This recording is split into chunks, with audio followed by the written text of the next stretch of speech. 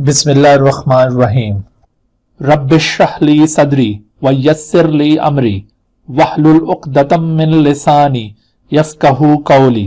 बिस्मिल्लाहिर्रहमानिर्रहीम। अस्सलाम वालेकुम dear students, welcome in PMC national MDCAT 2022 biology preparation series के सिलसिले का लेक्चर नंबर 28 स्टार्ट कर रहे हैं हम, और इसमें हम लाइफ प्रोसेसेस एंड एनिमल्स को शुरू करेंगे। लाइफ प्रोसेसेस एंड एनिमल्स के हवाले से हमने अगरचे गुज़िश्ता लेक्चर में भी एक टॉपिक कवर किया था, डाइजेस्टिव सिस्टम, और अब हम उसी चीज़ को आगे बढ़ाते हुए आज के इस लेक्चर के अंदर हम कार्डियोवैस्कुलर सिस्टम का आगाज़ करेंगे। तो कार्डियोवैस्कुलर सिस्टम और लिम्फेटिक सिस्टम, इन दोनों को इकट्ठा इसी एक ही टॉपिक के अंदर इंक्लूड किया हुआ है, लेकिन ये टॉपिक हमारा तकरीबन कोई 2 लेक्चर्स पर मुश्तमिल होगा। आज हम कार्डियोवैस्कुलर सिस्टम का कुछ हिस्सा देखेंगे और उसके बाद कुछ बकाया हिस्सा अगले लेक्चर में, और साथ फिर लिम्फेटिक सिस्टम को भी नेक्स्ट लेक्चर में हम कंप्लीट कर पाएंगे। तो पीएमसी ने 22 के सिलेबस के अंदर जो हमें कंटेंट्स प्रोवाइड किए हैं प्रिपरेशन के लिए, तो उसमें आप देखिए कि कार्डियोवैस्कुलर सिस्टम, ये जो मेन टॉपिक्स हैं वहाँ पर कार्डियोवैस्कुलर सिस्टम, उसमें including human heart structure, blood vessels, ये चीज़ें शामिल हैं। और अगर इसके लर्निंग ऑब्जेक्टिव्स के ऊपर आप गौर करें तो यहाँ पर आपको ये कहा गया है कि general structure of the human heart, उसको आपने रिव्यू करना है। Define the phases of the cardiac cycle, यानी इसमें कंट्रोल ऑफ हार्ट बीट का जो पूरा टॉपिक है उसमें कंडक्शन सिस्टम ऑफ हार्ट भी आया था, वो भी कवर करना होगा आपको। इसके साथ साथ list the differences and the functions of capillaries, arteries and veins, यानी ब्लड वेसल सारी, उनको भी थॉरोली कवर करना है। लेकिन ब्लड, जैसा कि सिंध और पंजाब के सिलेबस के अंदर गिवन है, ब्लड का टॉपिक वो यहाँ पे इन्होंने नहीं कहा कवर करने के लिए, और फेडरल बोर्ड और केपी के और बलूचिस्तान में ये टॉपिक है भी नहीं, और यकीनन इसमें से कोई क्वेश्चन भी नहीं आएगा। ठीक है, आपको कॉन्फिडेंटली कह रहा हूँ कि इसमें से कोई क्वेश्चन नहीं आएगा, आपने बस ये कंटेंट्स प्रिपेयर करने हैं, और आखिर में फिर ये लिम्फेटिक सिस्टम के वाले से बात होगी हमारी। जी, तो आज का हमारा ये जो लेक्चर है, इसमें हमने जिन चीज़ों को कवर करना है उसमें सबसे पहले हम structure and function of human heart को भी डिटेल के साथ कवर करेंगे, और साथ ये cardiac cycle and control of heart beat को भी आज के इस लेक्चर में शामिल करेंगे। लेकिन जैसा मैंने बताया कि आज ये सारा जो पोर्शन है कार्डियोवैस्कुलर सिस्टम और लिम्फेटिक सिस्टम का कंप्लीट नहीं होगा, लिहाजा ये टाइप्स ऑफ ब्लड वेसल्स और उसके बाद लिम्फेटिक सिस्टम, इंशाल्लाह इसको हम नेक्स्ट लेक्चर के अंदर कवर कर पाएंगे। जी, तो सबसे पहले देखिए कि सर्कुलेटरी सिस्टम, जो कार्डियोवैस्कुलर सिस्टम है, बेसिकली ये सर्कुलेटरी सिस्टम है। तो सर्कुलेटरी सिस्टम क्या होता है? सर्कुलेटरी सिस्टम किसी भी एनिमल की बॉडी के अंदर वो सिस्टम है which is responsible for the transport of materials through out the body. और सर्कुलेटरी सिस्टम ह्यूमन बॉडी के अंदर ये 2 मुख्तलिफ तरह से पाया जाता है। One of them is known as blood circulatory system, या इसी को कार्डियोवैस्कुलर सिस्टम का नाम भी दिया जाता है ह्यूमन बॉडी के अंदर। और जबकि इसके साथ साथ एक और भी सर्कुलेटरी सिस्टम हमारे बॉडी में मौजूद है which is known as lymphatic system. दरअसल ये इस ब्लड सर्कुलेटरी सिस्टम को सपोर्ट देने के लिए एक पैरेलली एक और टाइप का सर्कुलेटरी सिस्टम मौजूद है। ठीक है, तो दोनों में क्या फ़र्क है ये भी आगे चलकर आपको वाज़े हो जाएगा। पहले हम ये ब्लड सर्कुलेटरी सिस्टम, ये कार्डियोवैस्कुलर सिस्टम को एक्सप्लोर करते हैं। लेकिन इससे पहले कि हम इसकी डिटेल में जाएं, आप याद रखो कि कोई भी सर्कुलेटरी सिस्टम, उसके अंदर 3 बुनियादी करैक्टरिस्टिक्स का होना ज़रूरी है, या इसको components of the circulatory system भी कहते हैं। जैसे हमारा ये जो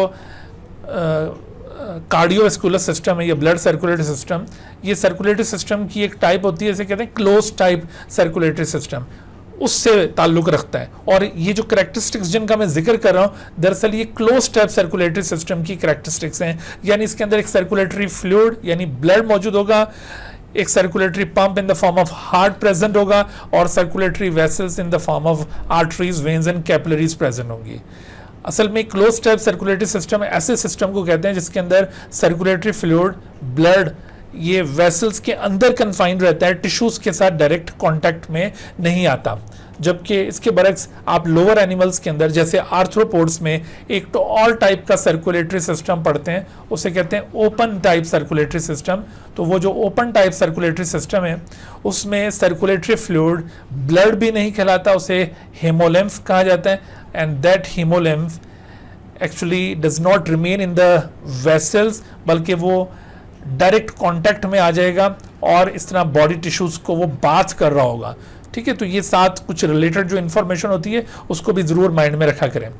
ठीक है, तो हीमोलिम्फ ये आर्थ्रोपोड्स के अंदर पाया जाने वाला सर्कुलेटरी सिस्टम है।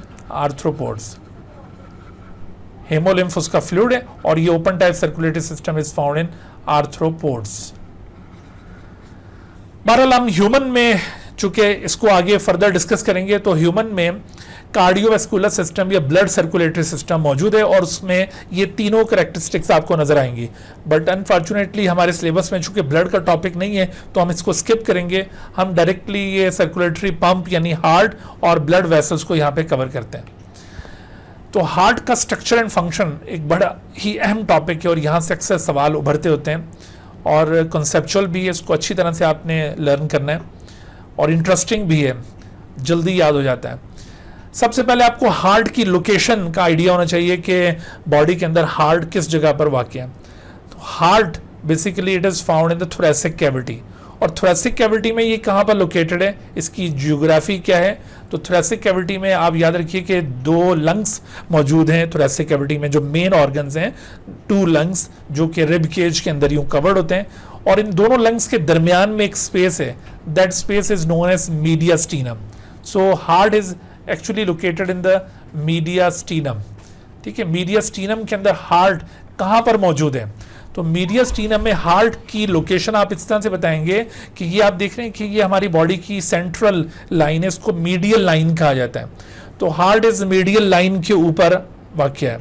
लेकिन हार्ट जो कि बेसिकली एक कॉनिकल टाइप का स्ट्रक्चर है, कॉनिकल शेप का ये स्ट्रक्चर है, इसमें आप देखिए एक साइड इसकी ब्रॉड है, जैसे कोन की एक साइड ब्रॉड होती है, तो इसकी एक साइड ब्रॉड है जिसको बेस कहा गया है, और दूसरी साइड इसकी नैरो है जिसे एपेक्स कहा गया है। लेकिन हार्ट दरअसल ये इन्वर्टेड प्लेस्ड है, यानी अपराइटली प्लेस नहीं है।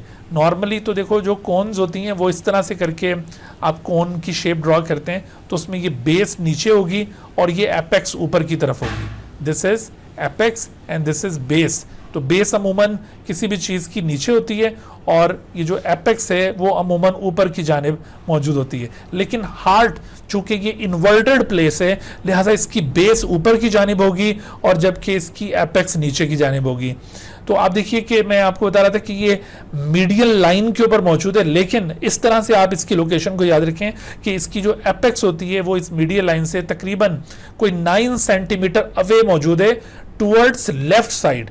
ये जो मैं आपको जियोग्राफी बता रहा हूँ ये आपको वेंट्रल व्यू में ये जियोग्राफी बता रहा हूँ, यानी जब आप वेंट्रली बॉडी को ऑब्जर्व कर रहे होते हैं ना, उस वक्त आप ये लेफ्ट साइड पर देखो, जब आप वेंट्रली बॉडी को ऑब्जर्व कर रहे होंगे तो आपके राइट साइड पर जो साइड होगी वो एक्चुअली लेफ्ट होगी। ठीक है, और जो आपके इस वक्त लेफ्ट पर जो साइड है वो दरअसल राइट साइड है जब आप वेंट्रली ऑब्जर्व कर रहे हैं। तो हम यहाँ पर ये जो इसकी जियोग्राफी को पॉइंट आउट कर रहे हैं कि का कौन सा पार्ट किस जगह पर वाक़ है और इसके साइड पर क्या है, ऊपर क्या, नीचे क्या, तो हम ये वेंट्रल व्यू में इसको ऑब्जर्व कर रहे हैं। ठीक है, तो आप इस लिहाज से, लेकिन क्वेश्चन के अंदर अगर डॉर्सल व्यू में आपसे पूछा जाए तो आपके अंदर ये एबिलिटी होनी चाहिए कि आप डॉर्सल व्यू में भी वो सारा कुछ बता सकें।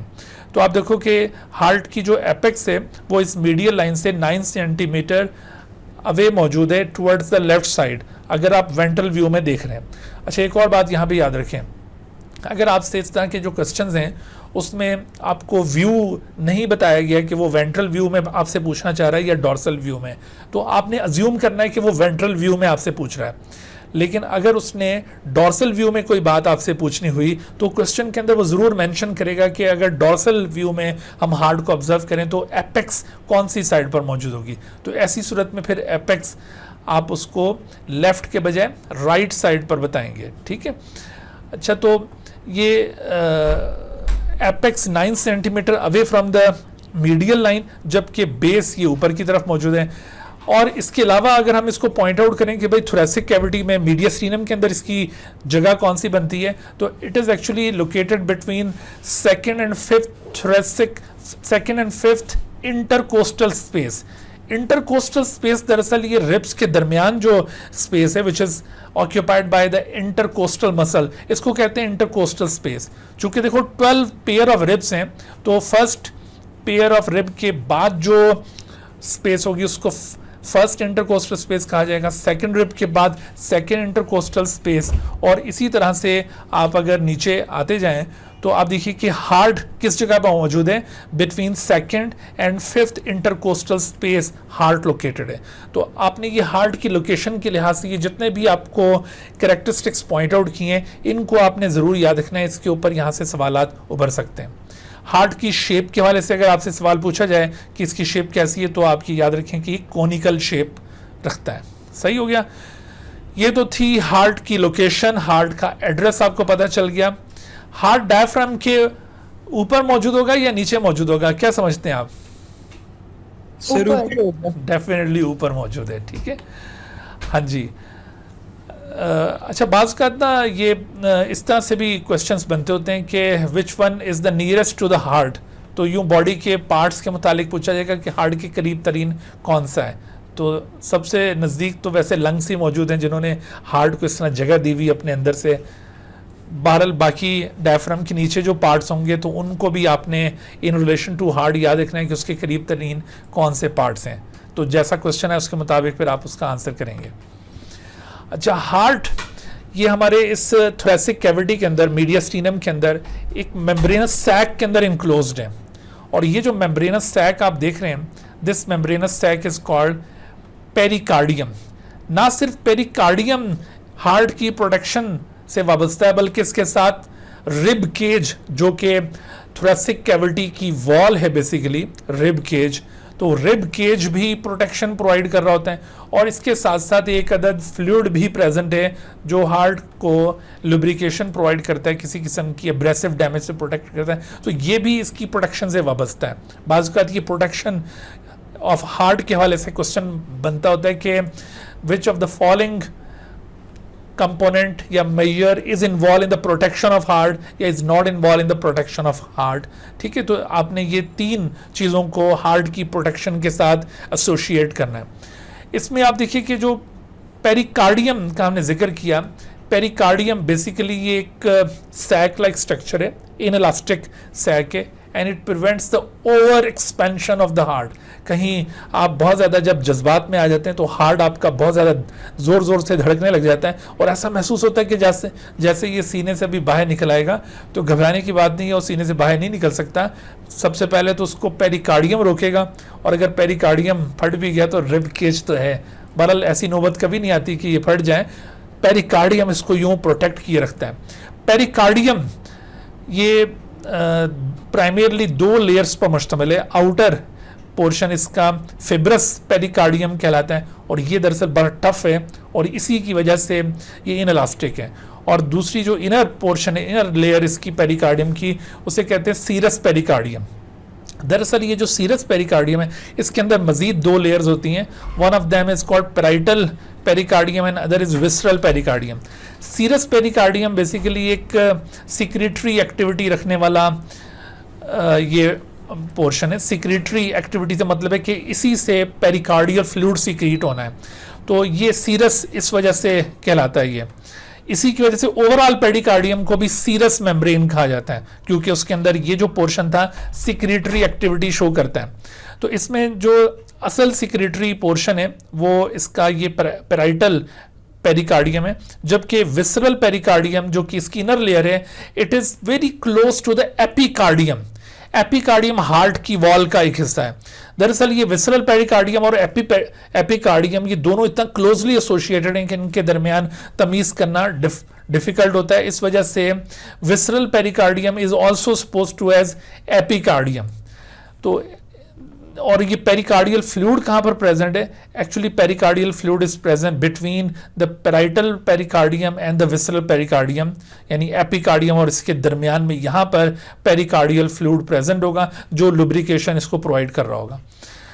अच्छा, अब ज़रा आगे हम एक्सटर्नल व्यू हार्ट का अगर इमेजिन करें कि हार्ट का एक्सटर्नल व्यू कैसा होगा, तो आपको हार्ट के एक्सटर्नल व्यू में इस तरह से दिखाई दे रहा है। अगेन हम वेंट्रल व्यू इसका ऑब्जर्व कर रहे हैं, तो इसमें हमें ये जो चैम्बर्स होते हैं उनके दरमियान में कुछ वाइटिश एरिया दिखाई देगा जो कि यूं फैट की डिपोजिशन रखता है, वहाँ पर फैट्स फिल्ड होते हैं।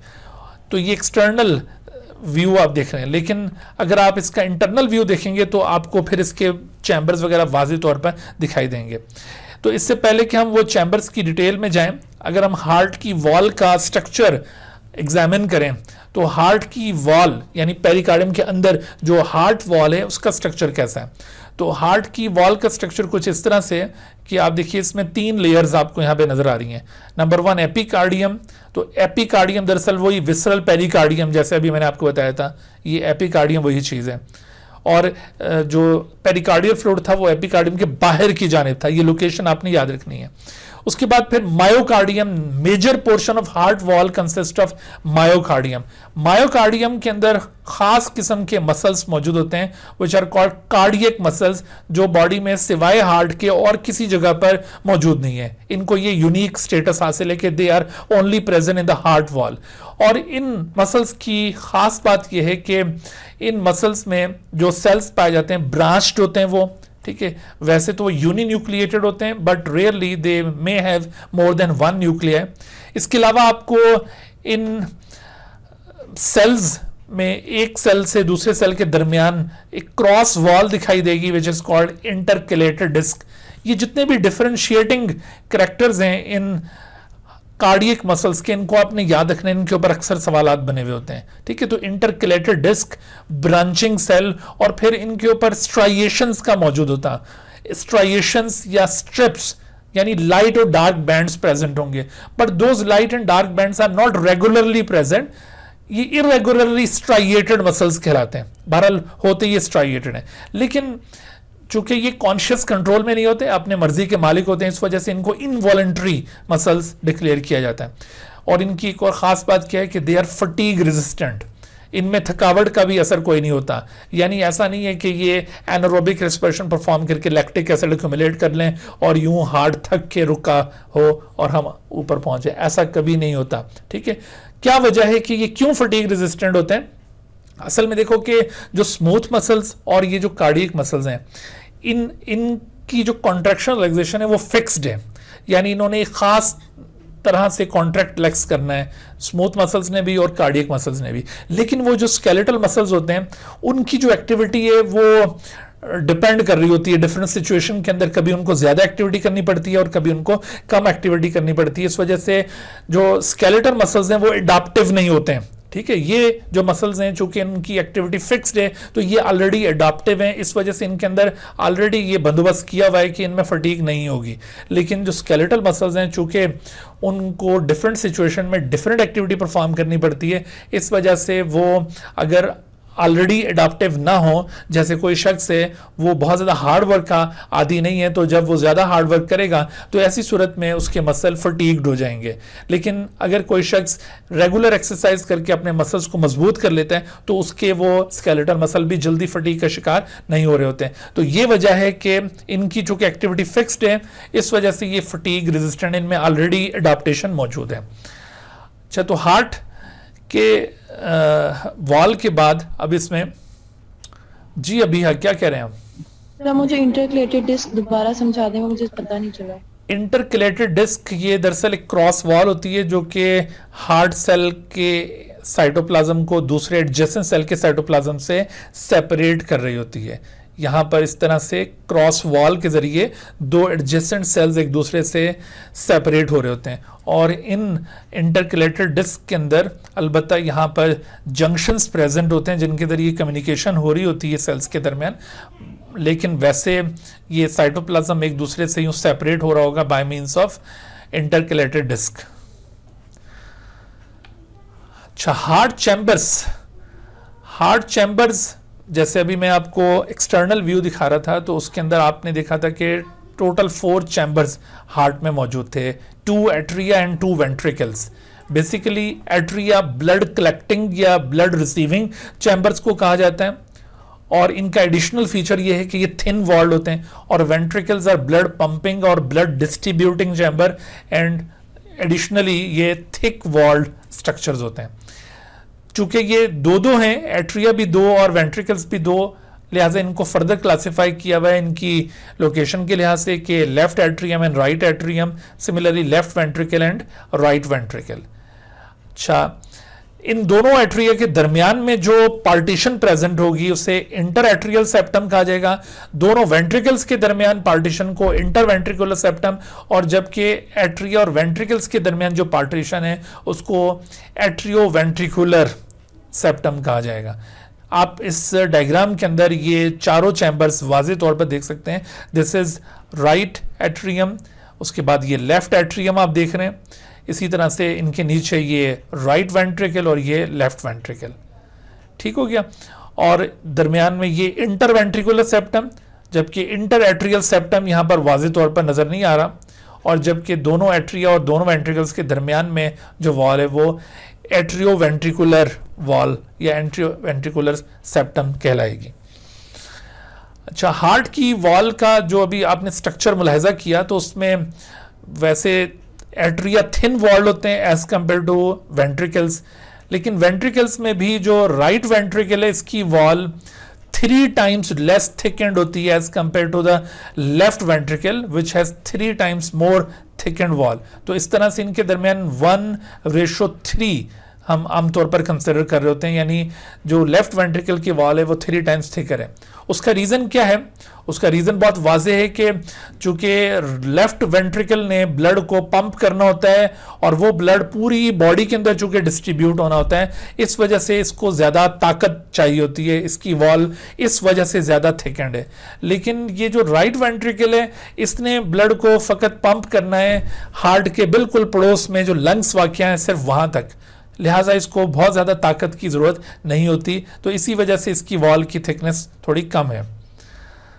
अच्छा, तो हार्ट के वेल्व्स, हार्ट के इन चैम्बर्स में ब्लड के फ्लो को कंट्रोल करने के लिए वेल्व्स प्रेजेंट होते हैं। टोटल 4 वेल्व्स हैं जिनको 2 कैटेगरीज में क्लासिफाई किया हुआ है, एक एट्रियोवेंट्रिकुलर वेल्व्स और दूसरे इनमें सेमिल्यूनर वेल्व्स।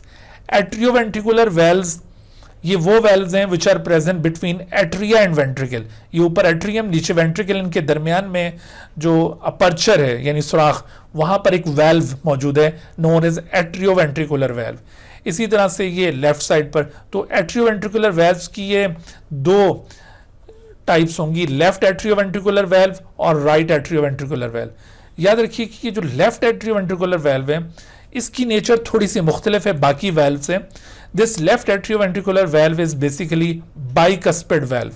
बाइकस्पिड का मतलब यह है कि अगर आप इस वेल्व के फ्लैप्स देखें, these are the flaps of the valve, इन फ्लैप्स को कस्प्स भी कहा जाता है, these are also called cusp, these flaps are also called cusps, इनके लिए कस्प वर्ड भी यूज किया जाता है। सो ये जो वेल्व कस्प्स हैं यहां पर सिर्फ 2 हैं, इस वजह से इसको बाइकस्पिड कहते हैं। इन कस्प के नीचे आप देख रहे हैं कुछ कॉर्ड्स आपको नजर आ रही हैं, कुछ स्ट्रिंग लाइक पोर्शंस नजर आ रहे हैं, these are called chordae tendineae. Actually these chordae tendineae originates from the inner surface of the ventricle. वहां पर इनर सरफेस ऑफ वेंट्रिकल पर कुछ पिलर लाइक स्ट्रक्चर्स आपको नजर आ रहे हैं, these pillar like structures are called papillary muscles. तो आपने ये दोनों टर्म्स याद रखनी है, पैपिलरी मसल से कॉर्डी टेंडिनी ओरिजिनेट हो रहे हैं जो कि इन कस्प के नीचे जाकर अटैच होते हैं। दरअसल कॉर्डी टेंडिनी इनका कस्प की मूवमेंट को कंट्रोल करते हैं, क्योंकि जब ये वेल्व क्लोज होंगे तो उस वक्त कॉर्डी टेंडिनी इन वेल्व्स के फ्लैप्स को, इनके कस्प्स को एक खास पोजीशन तक मूव करने देंगे। उसके बाद ये कॉर्डी टेंडिनी नीचे से उसको यूं इस तरह से रोक लेते हैं और उसको मजीद ऊपर की तरफ बेंड नहीं होने देते eight the time of closing of the valve. अगर ये ऐसा ना होता, ये कॉर्डी टेंडिनी वीक हो जाते तो ये जो फ्लैप्स थे ये ऊपर की तरफ बेंड हो जाते और ये बजाय क्लोज होने के दोबारा खुल जाता, जिसकी वजह से back flow of blood take place होता है, यानी ब्लड जो कि एट्रिया से वेंट्रिकल में आ चुका था वापस एट्रिया में जा सकता था। इस इवेंट को कहते हैं रिगर्जिटेशन। इसे क्या कहते हैं? रिगर्जिटेशन। तो रिगर्जिटेशन ये दरअसल कॉर्डी टेंडिनी के खराब होने की वजह से डेवलप होता है। जी बेटा, कोई सवाल पूछ रहे हैं? सर काइंडली थोड़ा सा रिपीट कर दें, जहाँ से आपने कॉर्डिटी टेंडनी का बताया, मेरी आवाज़ कट गई थी, बिल्कुल ही नहीं आ रही थी। जी बेटा देखो, कॉर्डी टेंडनी ये बताएं, ये कॉर्ड लाइक स्ट्रक्चर्स हैं, स्ट्रिंग लाइक स्ट्रक्चर्स होते हैं जो कि ये जो फ्लैप्स हैं, इनके वेल्व्स के फ्लैप्स, उनके नीचे की तरफ ये अटैच होते हैं। और कॉर्डी टेंडनी बेसिकली ओरिजिनेट होते हैं from the papillary muscles. Papillary muscles are situated along the inner surface of the ventricle. वहाँ पर ये पेपिलरी मसल्स हैं, उनसे ये कॉर्डी टेंडनी ओरिजिनेट हो रहे हैं। तो मैं इसका रोल बता रहा था कि chordae tendineae basically they are responsible for the movement of the flaps, क्योंकि जब ये ब्लड ऊपर की तरफ पुश होगा at the time of the contraction of ventricles, उस वक्त ये वेल्व के फ्लैप्स ऊपर यूं मूव करेंगे और वेल्व को क्लोज कर देंगे।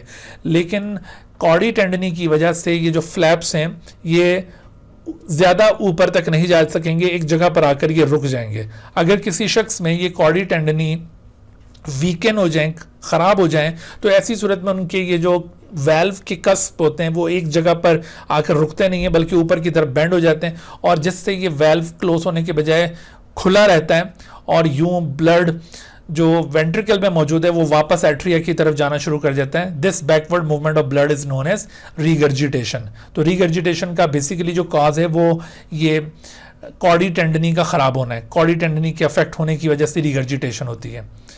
जी आदिल, आप क्या कह रहे हैं? सर ये जो रीगर्जिटेशन होती है ये सर कोई डेथ वगैरह कॉज कर देती है या सर इसका क्योर होता है? बिल्कुल, ये वेल्व एपरेटस आजकल इसको रिप्लेस करना पॉसिबल है, ठीक है। और अगर इसको ना रिप्लेस किया जाए तो अल्टीमेटली वो बंदा कमज़ोर हो जाएगा, हार्ट उसका ज़्यादा प्रॉपर फंक्शन नहीं कर रहा होगा, और अल्टीमेटली फिर ये इट लीड्स टू डेथ।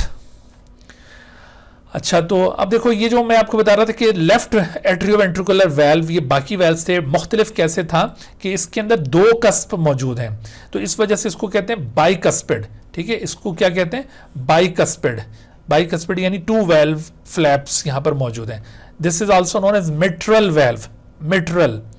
और जबकि इसके अलावा जो राइट एट्रियोवेंट्रिकुलर वेल्व है और इसके साथ साथ सेमिल्यूनर वेल्व, ये तीनों ट्राइकस्पिड हैं, यानी इसके अंदर तीन फ्लैप्स मौजूद होंगे, 1 2 3। इस वजह से इन तीनों को ट्राइकस्पिड वेल्व कहा जाता है। अच्छा, सेमिल्यूनर वेल्व, इनकी जो दो टाइप्स हैं, इनमें से एक को एयोर्टिक सेमिल्यूनर वेल्व और दूसरे को पल्मोनरी सेमिल्यूनर वेल्व्स कहा जाता है। ये वेल्व्स कहाँ पर सिचुएटेड हैं? So actually these valves are present at the base of pulmonary trunk. Pulmonary trunk एक वेसल है that originates from the right ventricle, यहां से ये ओरिजिनेट हो रही है। इसकी बेस में ये सेमिल्यूनर वेल्व मौजूद है, इसको पल्मोनरी सेमिल्यूनर वेल्व कहा जाए। और aortic semilunar valve is present at the base of aorta. Aorta left ventricle से ओरिजिनेट होगा और उसकी बेस में भी एक सेमिल्यूनर वेल्व मौजूद है। तो सिर्फ एक ही बाइकस्पिड वेल्व है जो कि लेफ्ट एट्रियोवेंट्रिकल है, बाकी सारे ट्राइकस्पिड हैं। इस हवाले से भी इनको याद रखना है। इसके अलावा बाकी हर एक वेल्व की लोकेशन आपको बिल्कुल क्लियर होनी चाहिए, इनके ऊपर अक्सर सवालात बनते होते हैं, तो आप अगर इनको याद कर लेंगे इंशाल्लाह फिर यहाँ से कोई सवाल मिस नहीं होगा। अच्छा, तो ये थे वेल्व्स ऑफ द हार्ट। अब हार्ट की फंक्शनिंग मुलाहिजा करें कि हार्ट में ब्लड किस तरह से दाखिल हो रहा है और किस तरह से फिर निकल के जा रहा है। देखो, ये आपको राइट एट्रियम नज़र आ रहा है। Right atrium receives blood from 3 sides. दो तो ये मेन साइड्स हैं, एक आपको ये सुपीरियर वेना केवा नज़र आ रहा है, this is superior vena cava, और सुपीरियर वेना केवा के साथ साथ this is inferior vena cava. तो ये दो वेना केवा के जरिए ब्लड इसके अंदर दाखिल होगा। ये दोनों तरफ से डीऑक्सीजनेटेड ब्लड राइट एट्रियम के अंदर कलेक्ट हो रहा है। इसी वजह से मैंने अभी कहा था कि एट्रियम ब्लड कलेक्टिंग चैम्बर है। So deoxygenated blood from 2 sides of the body, 2 major regions of the body, यानी अपर रीजन्स और lower region of the body से डीऑक्सीजनेटेड ब्लड राइट एट्रियम के अंदर यहाँ कलेक्ट होगा। लेकिन इसके साथ साथ एक कोरोनरी साइनस भी यहाँ पर मौजूद है, coronary sinus. So this coronary sinus is also open into the right atrium.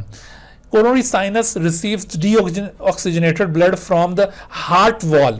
देखो हार्ट की वॉल के अंदर भी तो डीऑक्सीनेटेड ब्लड मौजूद होगा ना, हार्ट की वॉल को भी तो ब्लड की सप्लाई हुई होती है bye means of coronary artery, तो वो जो डीऑक्सीनेटेड ब्लड होगा that is also drained into the right atrium. So right atrium receives blood from 3 different directions. ये दो तो मेजर डायरेक्शंस हैं, सुपीरियर वेना केवा के जरिए अपर बॉडी रीजन का ब्लड और इंफीरियर वेना केवा के जरिए लोअर बॉडी रीजन का ब्लड। जबकि यहाँ पर एक और चीज मैंने जैसे आपको बताई है कि there is coronary sinus, so this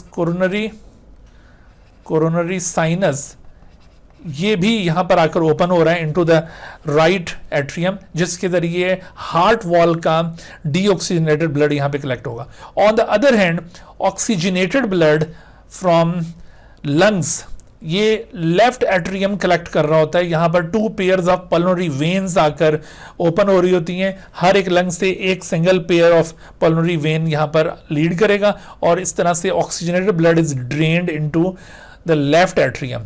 दोनों एट्रिया एक ही वक्त में ब्लड को रिसीव करते हैं। आप देखिए जितनी दफा आपको ये एट्रियम इस तरह से एक्सपैंड होता हुआ नजर आ रहे हैं, ये एट्रिया जितनी दफा एक्सपैंड होते हुए नजर आ रहे हैं उतनी दफा इनके अंदर ब्लड दाखिल हो रहा है, और जैसे ही ब्लड इनके अंदर दाखिल हो जाता है तो फिर आपको ये दोनों एट्रिया इस तरह कॉन्ट्रैक्ट होते हुए दिखाई दे रहे हैं। तो जैसे ही ये दोनों एट्रिया कॉन्ट्रैक्ट होंगे तो एट्रियो वेंट्रिकुलर वैल्व उस वक्त ओपन होंगे और उससे ये ब्लड निकल कर वेंट्रिकल्स में दाखिल हो जाएगा। तो अब आप देखिए कि ये जो वेंट्रिकल्स हैं ये ब्लड रिसीव करते हैं, लेकिन ब्लड रिसीव करने पर ये रिलैक्स नहीं होते हैं, ये ऑलरेडी रिलैक्स स्टेट में होते हैं जब ये ब्लड यहाँ पे दाखिल होता है, क्योंकि ये बहुत ज़्यादा थिक वॉल है तो ब्लड के एंटर होने से ये रिलैक्स नहीं होंगे, ये वैसे ही रिलैक्स्ड होंगे उस वक्त जब ब्लड इनके अंदर दाखिल होगा। तो जब ये ब्लड आ जाता है तो उसके बाद फिर ये कॉन्ट्रैक्ट करते हैं, और जब ये कॉन्ट्रैक्ट करेंगे तो ब्लड अब यहाँ से निकलकर लेफ्ट एट्रियम से, लेफ्ट वेंट्रिकल से ये ब्लड निकलकर अयोर्टा में और राइट वेंट्रिकल से ब्लड निकलकर पल्मोनरी ट्रंक में चला जाएगा, और ये फिर पल्मोनरी ट्रंक आगे जाकर लेफ्ट और राइट पल्मोनरी आर्टरीज में डिवाइड हो रहा है और उससे आगे फिर इनके मजीद 2-2 पेयर्स बन जाएंगे। जबकि अयोर्टा ये आप देख रहे हैं कि ये सबसे पहले तो यहाँ पर कोरोनरी आर्टरी से ओरिजिनेट होगी, उसके बाद फिर अयोर्टा हार्ट के ऊपर से एक आर्च बनाता है, और ये याद रखो कि आर्च कौन सी साइड पर बन रही है, लेफ्ट साइड पर। तो यहाँ पर आर्च वाले पोजीशन के ऊपर 3 आर्टरीज इसके ऊपर से ओरिजिनेट होती हैं, इनके नाम भी आपको याद रखने होंगे। इसमें देखिए सबसे जो लेफ्ट साइड पर आपको यहाँ पे डायग्राम में जो लेफ्ट साइड पे नजर आ रही है, लेकिन एक्चुअली ये राइट साइड पर है, ठीक है। तो जो राइट वन है हम इसको राइट ही कहेंगे क्योंकि हम हार्ट के पॉइंट ऑफ व्यू से इसको डिस्कस कर रहे हैं। तो जो सबसे राइट साइड पर आपको नजर आ रही है वो कहलाएगी ब्रैकियोसेफेलिक ट्रंक, और इसी तरह से जो बिल्कुल लेफ्ट नजर आ रही है वो लेफ्ट सबक्लेवियन है, और दरमियान में लेफ्ट कैरोटिड आर्टरी है। ये जो ब्रैकियोसेफेलिक ट्रंक आप देख रहे हैं that is present at the right side, तो वो ब्रैकियोसेफेलिक ट्रंक आगे ऊपर निकलने के बाद फर्दर ये बाइफुर्केट होती है इनटू 2 ब्रांचेस। तो इसमें से ये जो 2 ब्रांचेस निकलती हैं, एक राइट साइड पर और एक लेफ्ट साइड पर, तो right one is called right carotid, और जबकि जो ये जो लेफ्ट साइड पर निकल रही है ये राइट कैरोटिड है, this is actually right carotid. और जो दूसरी आपको राइट साइड पर नजर आ रही है this is right subclavian, right subclavian. तो आपने ये इनके नाम याद रखने हैं, ठीक है भाई। हाँ जी, तो ब्लड वेसल्स जो हार्ट के साथ एसोसिएटेड हैं उनके मैंने जैसे आपको ये नाम बताएं, ये अक्सर पूछे जाते हैं कि which of the following blood vessel is attach with the heart. Aorta heart के साथ कनेक्टेड है, पल्मोनरी ट्रंक, लेकिन क्या ब्रैकियोसेफेलिक ट्रंक भी हार्ट के साथ डायरेक्टली कनेक्टेड है? तो actually brachiocephalic trunk directly connected नहीं है, ये अयोर्टा से ओरिजिनेट हो रही है।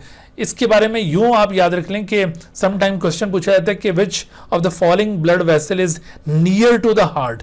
तो उस हवाले से अगर इसको बाकी किसी वेसल से कंपेयर किया हो तो उस हवाले से आप इसको एग्जामिन कर सकते हैं कि आया ये बाकियों के मुकाबले में नियर है या नहीं। आपको मैंने इसकी लोकेशन बता दी है। इसी तरह से ये लेफ्ट कैरोटिड आर्टरी और लेफ्ट सबक्लेवियन अगरचे ये भी डायरेक्टली कनेक्टेड नहीं है, ठीक है, ये करीब तरीन जरूर है, लेकिन जो डायरेक्टली कनेक्टेड है उसमें अयोर्टा और पल्मोनरी ट्रंक इंक्लूड होंगे। इसी तरह वेन्स में जो वेन्स डायरेक्टली कनेक्टेड है हार्ट के साथ, तो उसमें 2 पेयर्स ऑफ पल्मोनरी वेन्स ये डायरेक्टली कनेक्टेड हैं, superior vena cava, inferior vena cava, और वो जो कार्डियक वेन कार्डियक, मैंने अभी कोरोनरी साइनस आपको बताया था ना, वो कार्डियक वेन की ओपनिंग थी, तो this is also directly connected with the heart. तो बाकी इसके अलावा कोई वेन्स होंगी तो वो डायरेक्टली कनेक्टेड नहीं होंगी। अच्छा, हार्ट की फंक्शनिंग के हवाले से अभी जैसे मैंने आपको बताया कि हार्ट बेसिकली ये 4 चैम्बर्स पर मुश्तमिल है। तो 2 एट्रिया ब्लड रिसीव करके उसके बाद वेंट्रिकल्स को सप्लाई करते हैं और वेंट्रिकल से फिर ये ब्लड आगे बॉडी में सप्लाई होगा।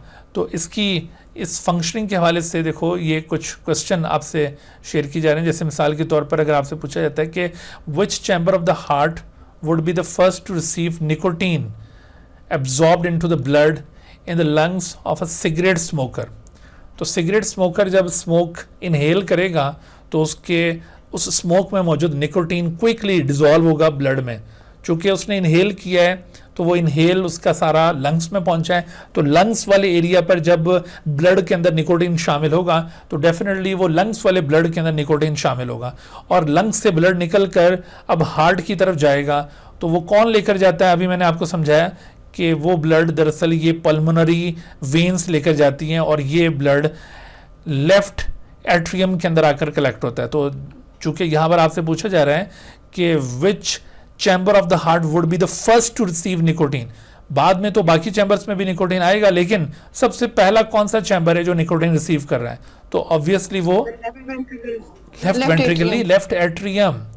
देखो बेटा क्योंकि ये पल्मोनरी वेन्स पहले लेफ्ट एट्रियम में ओपन होंगी ना, तो सबसे पहला चैम्बर जो निकोटीन रिसीव करेगा वो ये लेफ्ट एट्रियम होगा। उसके बाद फिर लेफ्ट वेंट्रिकल की बारी आएगी, फिर ये आयोर्टा और पूरी बॉडी में सप्लाई होगा। उसके बाद फिर वो निकोटीन वापस घूम के जब कलेक्ट होगा हार्ट के अंदर फिर वो आएगा राइट एट्रियम में और फिर वो राइट वेंट्रिकल में और फिर दोबारा लंग्स की तरफ। यानी इस तरह से सीक्वेंस बनेगा। अगर हम सिर्फ हार्ट चैम्बर का पूछें तो left atrium then left ventricle, उसके बाद अगर हम दोबारा देखें तो फिर राइट एट्रियम फिर राइट वेंट्रिकल, ठीक है। लेकिन यहाँ पर चूंकि पहला चैम्बर पूछा है तो हम यहाँ पर आंसर पिक करेंगे लेफ्ट एट्रियम। अच्छा, जहाँ तक ये हार्ट के फंक्शन का ताल्लुक है तो याद रखो कि ह्यूमन हार्ट बेसिकली ये एक डबल सर्किट हार्ट के तौर पर, ये डबल पंप के तौर पर एक्ट करता है। यानी ये 2 मुख्तलिफ सर्कुलेशंस हैं जिनको कंट्रोल कर रहा है। One of them is called pulmonary circulation and other is systemic. देखो पल्मोनरी सर्कुलेशन क्या होती है, इसको आप सिंपली यूँ समझ लें कि हार्ट और लंग्स के दरमियान में जो सर्कुलेशन हो रही है, दिस हार्ट और लंग्स, ये लंग्स और ये हार्ट, इनके दरमियान जो सर्कुलेशन है this is actually pulmonary circulation. यानी pumping of deoxygenated blood from heart to the lungs and the collection of oxygenated blood from lungs back to the heart, ये है पल्मोनरी सर्कुलेशन। अच्छा, यहाँ पर अक्सर बच्चों के जहन में शायद ये बात आती है कि pulmonary circulation includes only the deoxygenated blood, लेकिन ऐसा नहीं है। Pulmonary circulation also consist of oxygenated blood, क्योंकि डीऑक्सीनेटेड ब्लड लंग्स को जा रहा है और वापस जो लंग्स से आ रहा है वो ऑक्सीजनेटेड है, तो ये दोनों पल्मोनरी सर्कुलेशन में इंक्लूड होंगे। इसी तरह से systemic circulation is the pumping of oxygenated blood from heart to the different body tissues and the collection of deoxygenated blood back to the heart। यानी इस सर्कुलेशन में हार्ट के अंदर जो ब्लड आ रहा है वो दरअसल डीऑक्सीनेटेड है और हार्ट से जो ब्लड सप्लाई हो रहा है वो ऑक्सीजनेटेड, जबकि पल्मोनरी सर्कुलेशन में हार्ट जिस ब्लड को कलेक्ट कर रहा था वो ऑक्सीजनेटेड और जिस ब्लड को सप्लाई कर रहे हैं वो डीऑक्सीनेटेड। तो इस तरह ये दोनों सर्कुलेशंस को चूंकि हार्ट कंट्रोल कर रहा होता है, इस वजह से इसको एक डबल सर्किट हार्ट कहा जाता है। अच्छा, इसमें जो पल्मोनरी सर्कुलेशन है उसमें कौन कौन सी वेसल्स इन्वॉल्व हो रही हैं, तो पल्मोनरी सर्कुलेशन का आगाज होता है जब पल्मोनरी ट्रंक आगे राइट वेंट्रिकल से ओरिजिनेट होगा। देखो ये अगर हार्ट का स्ट्रक्चर दोबारा आप देखें तो यहाँ पर डीऑक्सीनेटेड ब्लड मौजूद है। This deoxygenated blood through the pulmonary trunk exits from the heart और उसके बाद फिर पल्मोनरी ट्रंक राइट और लेफ्ट पल्मोनरी आर्टरीज में डिवाइड होगा और पल्मोनरी आर्टरीज फर्दर आगे 2-2 में डिवाइड हो जाएंगी। इस तरह से ये 2 pairs of pulmonary arteries lungs को ब्लड सप्लाई करेंगी और उसके बाद वापस ये 2 पेयर्स ऑफ पल्मोनरी वेन्स। तो आपने इसमें वेसल्स के नाम भी याद रखने हैं कि पल्मोनरी ट्रंक उसके बाद फिर 2 पेयर्स ऑफ पल्मोनरी आर्टरीज, और वापस जब बैक होगा ऑक्सीजनेटेड ब्लड तो पल्मोनरी वेन्स, उसमें लेफ्ट पेयर और right pair. So these vessels are involve in pulmonary circulation. Similarly in the systemic circulation कौन सी ब्लड वेसल्स इन्वॉल्व हो रही हैं? तो इसमें डीऑक्सीजनेटेड ब्लड कलेक्ट हो रहा है बाय मींस ऑफ वेना केवी, जिसमें सुपीरियर वेना केवा और इंफीरियर वेना केवा. इसके साथ साथ आप यहाँ पर वो जो आपको कार्डियक वेन का बताया था उसको भी नोट डाउन कर सकते हैं. कार्डियक वेन जो कि हार्ट की वॉल से ब्लड को यहाँ पे ड्रेन करती है through coronary sinus. Coronary sinus, याद रखो ये दोनों वर्ड्स हार्ट से एसोसिएटेड हैं, कोरोनरी वर्ड और cardiac word. Coronary Latin word है और कार्डियक ग्रीक वर्ड है, तो ये दोनों को यहाँ पे यूज किया जाता है. तो ये through coronary sinus, coronary sinus के जरिए सिस्टमिक सर्कुलेशन में ये वेनस रीजन इन्वॉल्व है. जबकि aorta is the main artery that originates from left ventricle, ये सिस्टमिक सर्कुलेशन की मेन वेसल है. और उसके बाद फिर अयोर्टा से आगे नंबर ऑफ वेसल्स ओरिजिनेट होंगी, वो सारी सिस्टमिक सर्कुलेशन में इंक्लूड होंगी. लिहाजा आपसे ना यहाँ पर सवाल बन सकता है कि which of the following blood vessel is included in pulmonary circuit and which of the following blood vessel is included in the systemic circuit. अब ये जो अयोर्टा से ऑनवर्ड जितने भी ब्लड वेसल्स हैं उसमें आपने इनके रोल याद रखने हैं. जैसे coronary artery, it supplies the heart wall. Brachiocephalic trunk, मैंने अभी आपको यहाँ पे समझाया कि ब्रैकियोसेफेलिक ट्रंक ये यहाँ से आगे ऐसे करके इसकी बाइफुर्केशन होगी ऊपर आकर, और इसमें से ये 2 वेसल्स निकलेंगी. एक को हमने नाम दिया right, this is right subclavian. Right subclavian ये दरअसल सप्लाई करेगी राइट आर्म को, राइट आर्म. ठीक है, ये भी एक आर्टरी है. और इसके अलावा दिस इज राइट कैरोटिड. तो राइट कैरोटिड ये सप्लाई करती है, कैरोटिड ये सप्लाई करेगी हेड रीजन को. जबकि इसमें आप देखिए लेफ्ट कैरोटिड आर्टरी ये भी हेड को सप्लाई कर रही. तो हेड को कितनी ब्लड वेसल सप्लाई कर रही हैं? 2 मेजर ब्लड वेसल हैं, एक राइट कैरोटिड आर्टरी और एक लेफ्ट कैरोटिड आर्टरी. ये दोनों दरअसल हेड को सप्लाई कर रही हैं. फिर देखो ये लेफ्ट सबक्लेवियन ये लेफ्ट आर्म को सप्लाई करेगी. अच्छा, जबकि कोरोनरी आर्टरी ये बिल्कुल बेस ऑफ द एओर्टा से ओरिजिनेट हुई है. अगर आपसे किसी क्वेश्चन में पूछा जाए कि which of the following artery originate first from the aorta, तो वो कोरोनरी आर्टरी हो. सबसे पहले जो एओर्टा से ओरिजिनेट होने वाली आर्टरी है वो कोरोनरी आर्टरी है. उसके बाद फिर ये ब्रैकियोसेफेलिक ट्रंक आता है, फिर ये लेफ्ट कैरोटिड आर्टरी आती है, फिर ये लेफ्ट सबक्लेवियन है, इस तरतीब के साथ. उसके बाद जब ये एओर्टा डाउनवर्ड डिसेंड हो जाता है तो इसमें से नंबर ऑफ आर्टरीज ओरिजिनेट होती हैं, उनको भी आपने यहाँ पे कंसिडर करना है. ठीक है, उनका जिक्र आपको ये फेडरल वाली बुक के अंदर आगे जो सर्कुलेटरी पाथवेज हैं उनके अंदर मिल जाएगा. और इसके अलावा जो पंजाब वाली बुक है उसके अंदर हार्ट वाले टॉपिक के अंदर ही कुछ मजीद ब्लड वेसल्स का जिक्र किया हुआ है. मसलन जैसे लिवर को कौन सी ब्लड वेसल सप्लाई करती है, तो अगर आपसे पूछा जाए लिवर को, एक उसमें हेपेटिक आर्टरी है. हेपेटिक ये तो एओर्टा से डायरेक्टली ओरिजिनेट होगी, हेपेटिक आर्टरी, इसके जरिए सप्लाई होगा ब्लड. और हेपेटिक आर्टरी के साथ साथ हेपेटिक पोर्टल सिस्टम भी इसको सप्लाई करता है. लेकिन ये हेपेटिक पोर्टल सिस्टम ये क्या सप्लाई कर रहा है? ये दरअसल इसको डीऑक्सीनेटेड ब्लड दे रहा है जिसके अंदर न्यूट्रिएंट्स मौजूद होंगे, क्योंकि hepatic portal system originates from the intestine.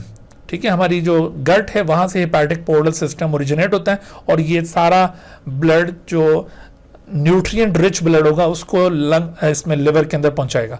लेकिन oxygenated blood from aorta is supplied to the liver by means of hepatic artery. तो लिवर एक ऐसा बॉडी पार्ट है जो 2 डिफरेंट डायरेक्शन से ब्लड को रिसीव कर रहा है. इसी तरह से आपको ये पता होना चाहिए कि स्टमक को कौन सी ब्लड सप्लाई मिल रही है. तो स्टमक को गैस्ट्रिक आर्टरी है, गैस्ट्रिक आर्टरी. इसी तरह से आपको रीनल आर्टरी का आइडिया होना चाहिए. रीनल आर्टरी ये किसको सप्लाई करती है? किडनी को. तो किडनी, हाँ जी, kidney are supplied with renal artery.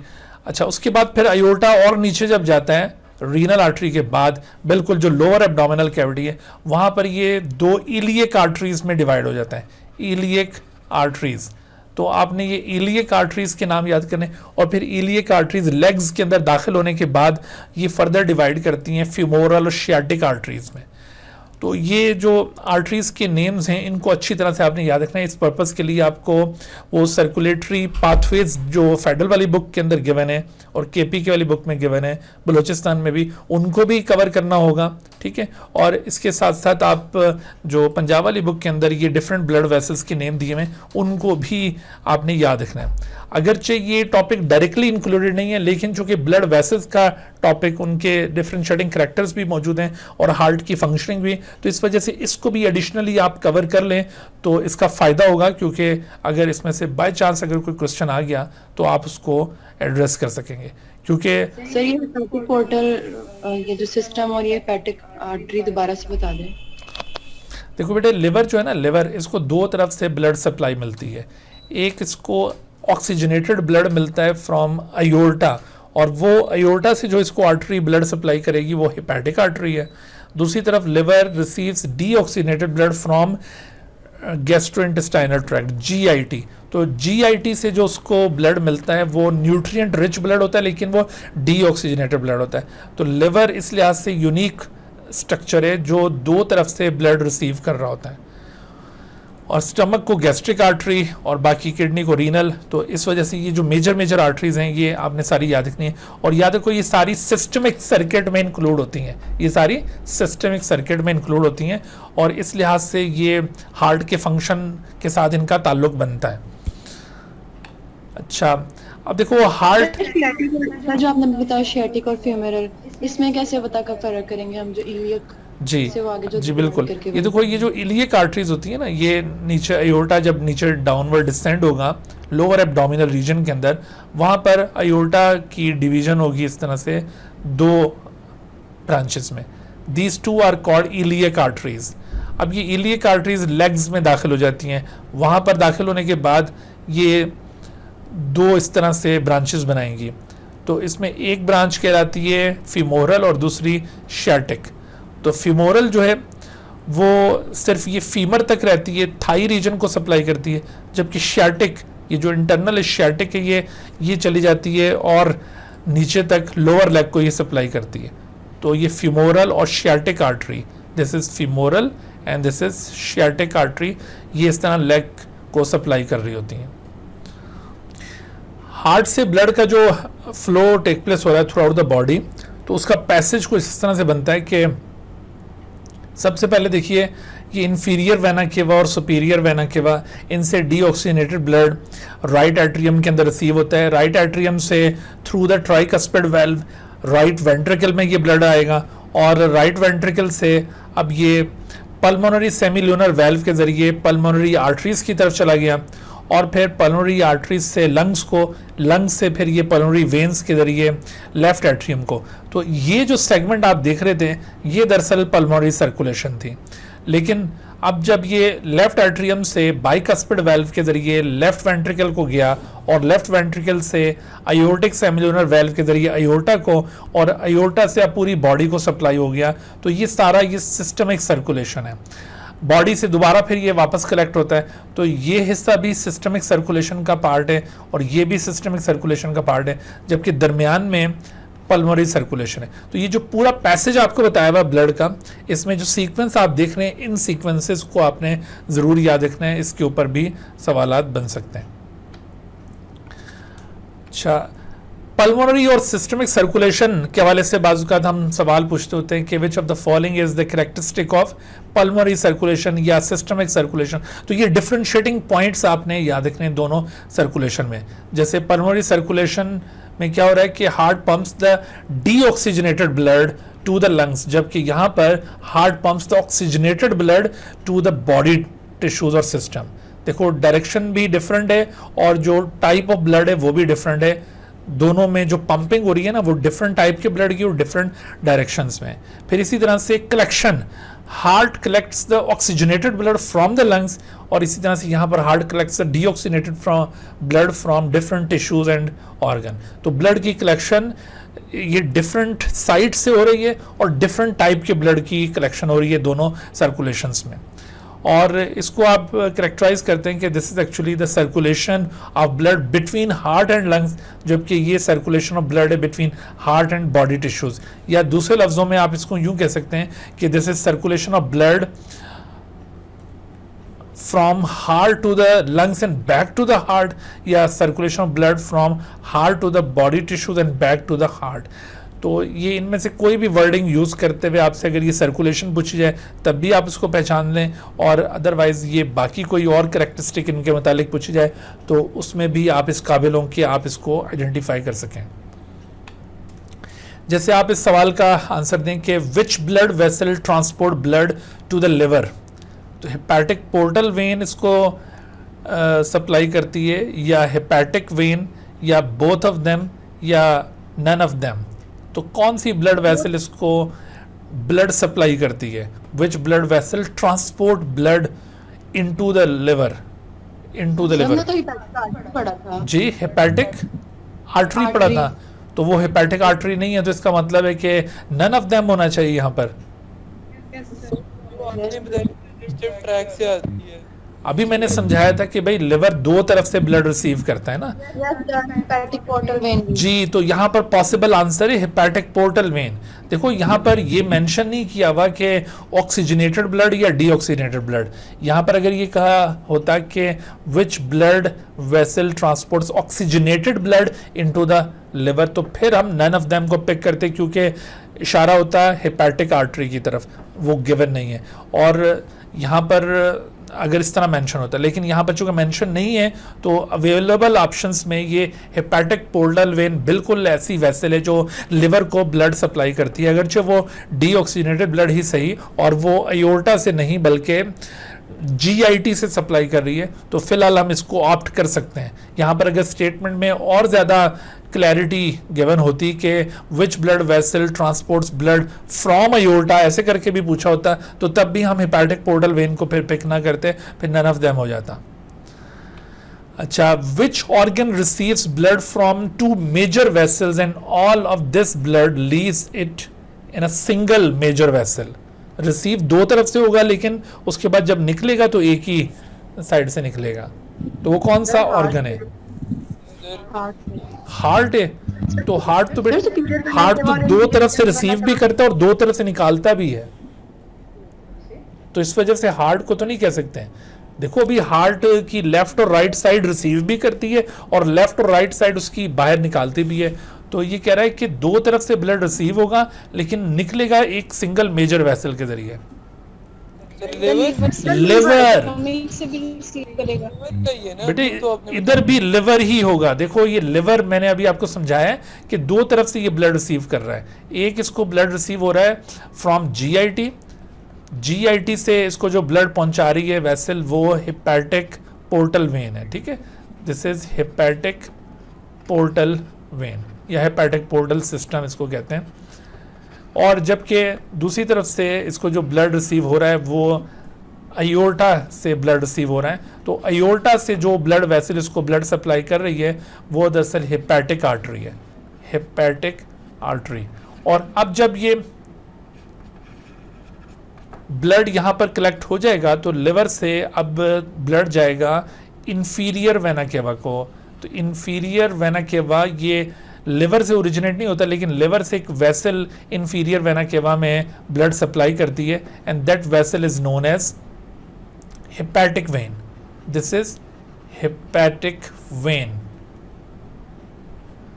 तो हेपेटिक वेन लिवर से ओरिजिनेट होगी और ये फिर इंफीरियर वेना केवा में ये दाखिल होगी और इस तरह से ब्लड ऊपर वापस हार्ट को सप्लाई होगा। तो liver is the organ that receives blood from two different directions but its blood is drained through single blood vessel. तो यहां पर लिवर इज द आंसर। अच्छा, which sequence shows the shortest route taken by the blood travelling from a leg to an arm in the human body. Leg से arm की तरफ, तो आप imagine करें कि देखो सबसे पहले तो ये यहाँ पर हम एक स्केच पहले बना रहे हैं, फिर इसको रिव्यू करते हैं। देखो लेग से ब्लड जब ये निकलेगा तो इसको लेकर कौन निकलेगा यहाँ से, लेग में इलियक वेन्स होती हैं, ठीक है, इलियक वेन्स ये ब्लड को लेकर निकलती हैं और ये कहाँ पे जाके गिरती हैं, इन्फीरियर वेना केवा में।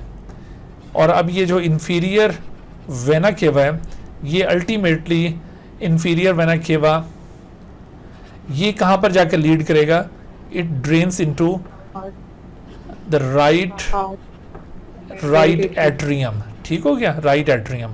अच्छा अब ये जो राइट एट्रियम है यहाँ से ब्लड किस में जाता है, यहाँ से राइट वेंट्रिकल में जाएगा। अब राइट वेंट्रिकल से कहाँ पर जाएगा, राइट वेंट्रिकल से पल्मोनरी ट्रंक, पल्मोनरी ट्रंक के जरिए से पल्मोनरी ट्रंक के जरिए अब ये जाएगा पल्मोनरी आर्टरीज और फिर लंग्स, ठीक है। तो यहाँ पर चलें, अल्टीमेटली हम लंग्स में पहुँचा देते हैं इसको, बीच में पल्मोनरी आर्टरीज होंगी, तो ये लंग्स में पहुँच गया। अब लंग से ब्लड वापस आएगा हार्ट के अंदर और ये कौन रिसीव करता है, लेफ्ट एट्रियम इसको रिसीव करेगा और लेफ्ट एट्रियम से अब ये जाएगा लेफ्ट वेंट्रिकल में, लेफ्ट वेंट्रिकल। और अब ये जो लेफ्ट वेंट्रिकल है यहाँ से जब ये ब्लड निकलेगा आयोर्टा के ज़रिए, तो आयोर्टा से वेसल्स ओरिजिनेट होती हैं जो आर्म को सप्लाई करती हैं। कौन सी, अभी मैंने बताया था आयोर्टा की कौन सी वेसल्स हैं जो आर्म को सप्लाई करती हैं, सब क्लेवियन, राइट एंड लेफ्ट सब क्लेवियन, ठीक है। तो अब ये बात हो रही थी कि लेग से आर्म की तरफ जो ब्लड की सप्लाई हो रही, शॉर्टेस्ट रूट क्या है, तो देखो लेग से हार्ट और फिर लंग्स, फिर वापस हार्ट, फिर आर्म, बिल्कुल ये एक रूट बन रहा है। लेकिन लेग से हार्ट, फिर लंग्स, लंग्स से फिर किडनी से आर्म, तो ये तो लंबा रूट बन गया ना, यानी हार्ट के ऊपर डायरेक्टली आर्म में जाना चाहिए, अगर वो लंग्स से डायरेक्ट किडनी में वैसे भी नहीं जाता, वो हार्ट के थ्रू ही जाएगा, लेकिन ये रूट लंबा हो गया। लेग्स फिर किडनी फिर हार्ट, वैसे भी देखो ये लेग से किडनी में तो जाएगा ही नहीं, अगर ये हार्ट से होकर घूमकर फिर किडनी में जाए, फिर किडनी से ये हार्ट में, तो ये भी देखो ये रूट मुनासिब नहीं है और ये लॉन्गर रूट बनता है। और इसी तरह से ये आखिरी वाला भी, तो यहाँ पे जो शॉर्टेस्ट रूट बन रहा है और करेक्ट रूट बन रहा है वो ये ए बन रहा है कि legs to heart, then to lungs, then again heart और फिर ये आर्म, ठीक है। तो ये आपको यहाँ पे रूट समझ में आ रहा है। अच्छा अब देखो कि 2 hours after eating a meal, 2 घंटे गुजर के खाना खाए हुए, which vessel contains blood with the highest concentration of the glucose.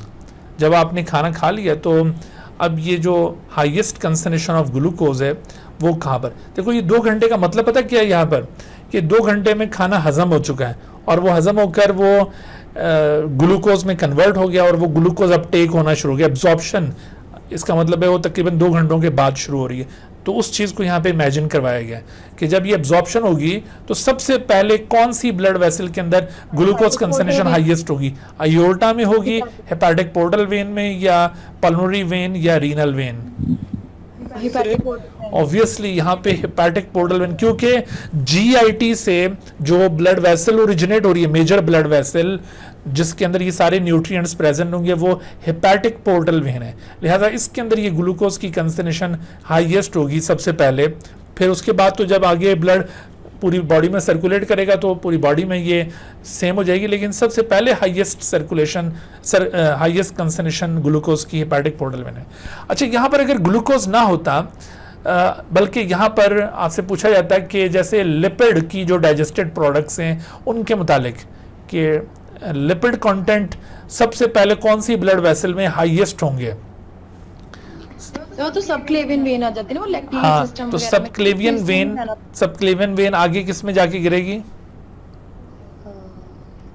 इधर सब क्लेवियन वेन तो नहीं है ना, अब अवेलेबल ऑप्शन में से जवाब दीजिए ना।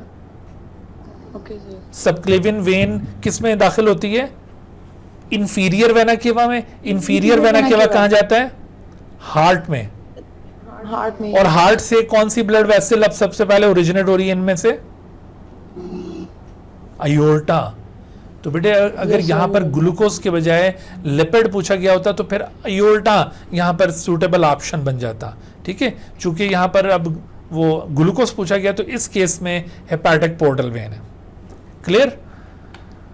अच्छा, अब ये देखिए कि the diagram shows the liver and its blood supply. ये लिवर है, ये गट दिखाई एलिमेंट्री कैनाल, और ये बीच में एक ब्लड सप्लाई है गट और लिवर के दरमियान। अच्छा, ये देखो W कुछ दिखाया गया है और यहाँ पर भी कुछ है।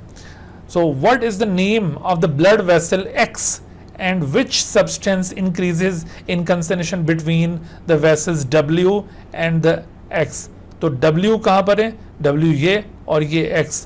तो यहाँ पर देखो नेम ऑफ द X पहले तो ये चूज कर लें, ये हेपेटिक आर्टरी है या हेपेटिक पोर्टल वेन है? Hepatic portal when. Hepatic portal when. इस वजह से ए ऑप्शन भी रिजेक्ट कर देंगे हम यहाँ पर, और सी भी रिजेक्ट कर देंगे, क्योंकि बी और डी के अंदर हेपेटिक पोर्टल वेन गिवन है। इस वजह से इन दोनों में से कोई एक ऑप्शन होगा। अच्छा, अब वो कहता है कि which substance increases in concentration between vessels W and vessel X, यानी W के मुकाबले में X के अंदर कौन सा कंपोनेंट जो इंक्रीज कर जाएगा। तो वो ऑक्सीजन होना चाहिए या वो कार्बन डाइऑक्साइड होना चाहिए? Carbon dioxide. क्योंकि देखो ये जो W है दैट मस्ट बी अयोल्टा। ये क्या होना चाहिए? ये अयोल्टा होना चाहिए, और इसके जरिए ब्लड सप्लाई हुआ है हमारी गट को, तो वो ऑक्सीजनेटेड था। लेकिन अब गट से उसके अंदर कार्बन डाइऑक्साइड मिक्स हो गई है, लिहाजा यहाँ पर X में पहुँचते पहुँचते उसमें CO2 का लेवल राइज कर जाएगा। सही है? तो इस तरह से जो राइट ऑप्शन बना वो ये B बना है। क्लियर होगी बात ये? अच्छा, अब देखो ये तो सारे मामलात हो गए थे हार्ट के स्ट्रक्चर, उसके फंक्शन के लिहाज से, लेकिन फंक्शन इसका काफ़ी ब्रॉड है। इसमें ये heart beat and its control, ये भी इसके फंक्शन के अंदर ये चीज़ें इंक्लूड होती हैं। जी बेटा, क्या सवाल है? कौन पूछना चाह रहे हैं सवाल? सर, इससे पहले वाला जो ब्लैंक है ना आपने बताया, वो दोबारा रिपीट करा दिया। और इससे पहले आपने जो कोरोनरी साइनस का कहा था ना, तो उसमें सिर्फ वीन होता है या उसमें भी आर्टरी होती है? जो कोरोनरी साइनस की बात हो रही थी, वो जो हार्ट की वॉल को सप्लाई होती है, और उसके बाद फिर कोरोनरी जी उसमें ऑक्सीजनेटेड और डीऑक्सीजनेटेड ब्लड का क्या होता है? मतलब कि अगर हमारे पास ऑक्सीजनेटेड है ना, तो वो किस तरह मतलब दोबारा सप्लाई होगा? देखो बेटे, मतलब वो भी उससे होगा? नहीं, देखो यहाँ पर ये जो कोरोनरी सर्कुलेशन है ना, हार्ट की वॉल की सर्कुलेशन, उसका मैकेनिज्म ये है कि अयोल्टा की बेस में से एक आर्टरी ओरिजिनेट होती है which is known as coronary artery, और ये कोरोनरी आर्टरी हार्ट की वॉल के अंदर फिर इसकी ब्रांचेस बन जाती हैं, फैल जाती है, और हार्ट की वॉल को ऑक्सीजनेटेड ब्लड सप्लाई हो जाता है। तो जब हार्ट की वॉल उसमें से मौजूद ऑक्सीजन को ले लेगी और उसके अंदर कार्बन डाइऑक्साइड ऐड कर देगी, तो वो फिर जितनी भी ये हार्ट वॉल के अंदर कैपिलरीज होंगी वो आपस में आहिस्ता से कन्वर्ज होकर छोटी छोटी वेन्स में तब्दील होंगी, और वो वेन्स फिर मिलकर एक बड़ी वेन बना लेंगी जिसको कार्डियक वेन कहा जाता है। ठीक है? हार्ट की वॉल को सप्लाई हुई है बाय कोरोनरी आर्टरीज, और उसके बाद फिर वापस करेक्शन हो रही है बाय कार्डियक वेन। वो कार्डियक वेन फिर ये इधर राइट एट्रियम के अंदर ओपन होती है बाय कोरोनरी साइनस। इस चीज को हमने कोरोनरी साइनस कहा था। इसके अंदर वो राइट कार्डियक वेन आकर ओपन हो रही थी। ठीक है? ये तो हो गई वो कोरोनरी सर्कुलेशन, इसको कोरोनरी सर्कुलेशन कहते हैं। दूसरा आपने सवाल पूछा, ये जो लास्ट क्वेश्चन हमने डिस्कस किया, इस वाले का आप कह रहे हैं ये the diagram shows the liver and its blood supply. देखो यहाँ पर ये बताया गया है कि ये लिवर है और ये एलिमेंट्री कैनाल, और इनके दरमियान में जो सर्कुलेशन होगी वो दरअसल हेपेटिक पोर्टल सिस्टम कहलाता है, और उसकी जो मेन वेसल है वो हेपेटिक पोर्टल वेन है। तो ये X लाजमी तौर पर हेपेटिक पोर्टल वेन होना चाहिए, हेपेटिक आर्टरी नहीं। हेपेटिक आर्टरी कौन सी होगी भला? हेपेटिक आर्टरी ये जो डायरेक्ट अयोर्टा से इसको मिल रही है ना, इसको चले हम नाम दे देते हैं यहाँ पर Z, इसको नाम दे देते हैं। तो this Z is actually the hepatic artery. Okay, तो यहाँ पर आपसे वो X के बारे में पूछ रहा है, तो X is hepatic portal when. लिहाजा हमने कहा कि A और C वैसे ही रिजेक्ट हो जाएंगे क्योंकि इन दोनों में हेपेटिक आर्टरीज गिवन है, तो B या D आंसर हो सकता है। तो B में हमने क्यों चूज किया? क्योंकि इस क्वेश्चन का दूसरा हिस्सा था कि and which substance increases in concentration between W and the X। तो W लाजमी तौर पर एयोर्टा है, इसके अंदर ऑक्सीजन रिच ब्लड मौजूद है, और जबकि X ये हेपेटिक पोर्टल वेन है, तो जब ये W से ब्लड एलिमेंट्री कैनाल को डिस्ट्रीब्यूट हो गया तो ऑक्सीजन सारी यहाँ पर एलिमेंट्री कैनाल के सेल्स ले लेंगे, और जबकि कार्बन डाइऑक्साइड उसके अंदर ऐड हो जाएगी। अब वो carbon dioxide rich blood x के अंदर दाखिल हो रहा है, तो इसका मतलब है कि CO2 की कंसंट्रेशन यहाँ पे जायद हो जाएगी। इस तरह से हमने ये बी आंसर को यहाँ पे पिक किया था। क्लियर होगी बात भाई? अच्छा, तो heart beat and its control के बारे में हम बात करें। हार्ट बीट बेसिकली उन तमाम इवेंट्स के सीक्वेंस को कहा जाता है that occurs that are involved during collection and pumping of the blood by the heart. ठीक है, all the events which are collectively involved in one time collection and one time pumping of the blood by the heart. One time collection और one time pumping से क्या मुराद है? जैसे देखो ये heart ये डीऑक्सीनेटेड ब्लड को कलेक्ट कर रहा है, सही, और दूसरी तरफ ऑक्सीजनेटेड ब्लड को भी कलेक्ट कर रहा है। हमने अभी डिस्कस किया था ना कि दोनों blood at a time collect होते हैं, तो दोनों ब्लड की कलेक्शन एक वक्त में हुई, तो ये वन टाइम कलेक्शन हो गई।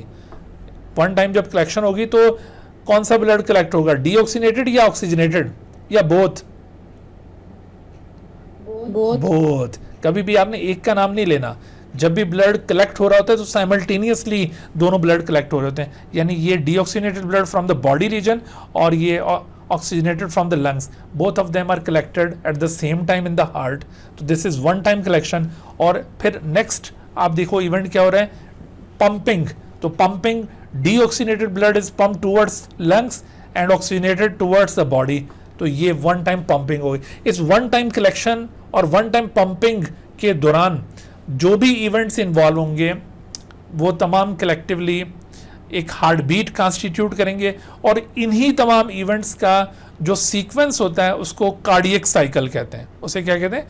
Cardiac cycle. तो कार्डियक साइकिल में और हार्ट बीट में बस थोड़ा सा फर्क है कि एक हार्ट बीट क्या है, उन तमाम इवेंट्स का कलेक्शन है जो वन टाइम पंपिंग और one time collection of blood के दौरान हुए, और इन तमाम इवेंट्स का अगर हम एक सीक्वेंस बना लें तो that sequence will be called as the cardiac cycle.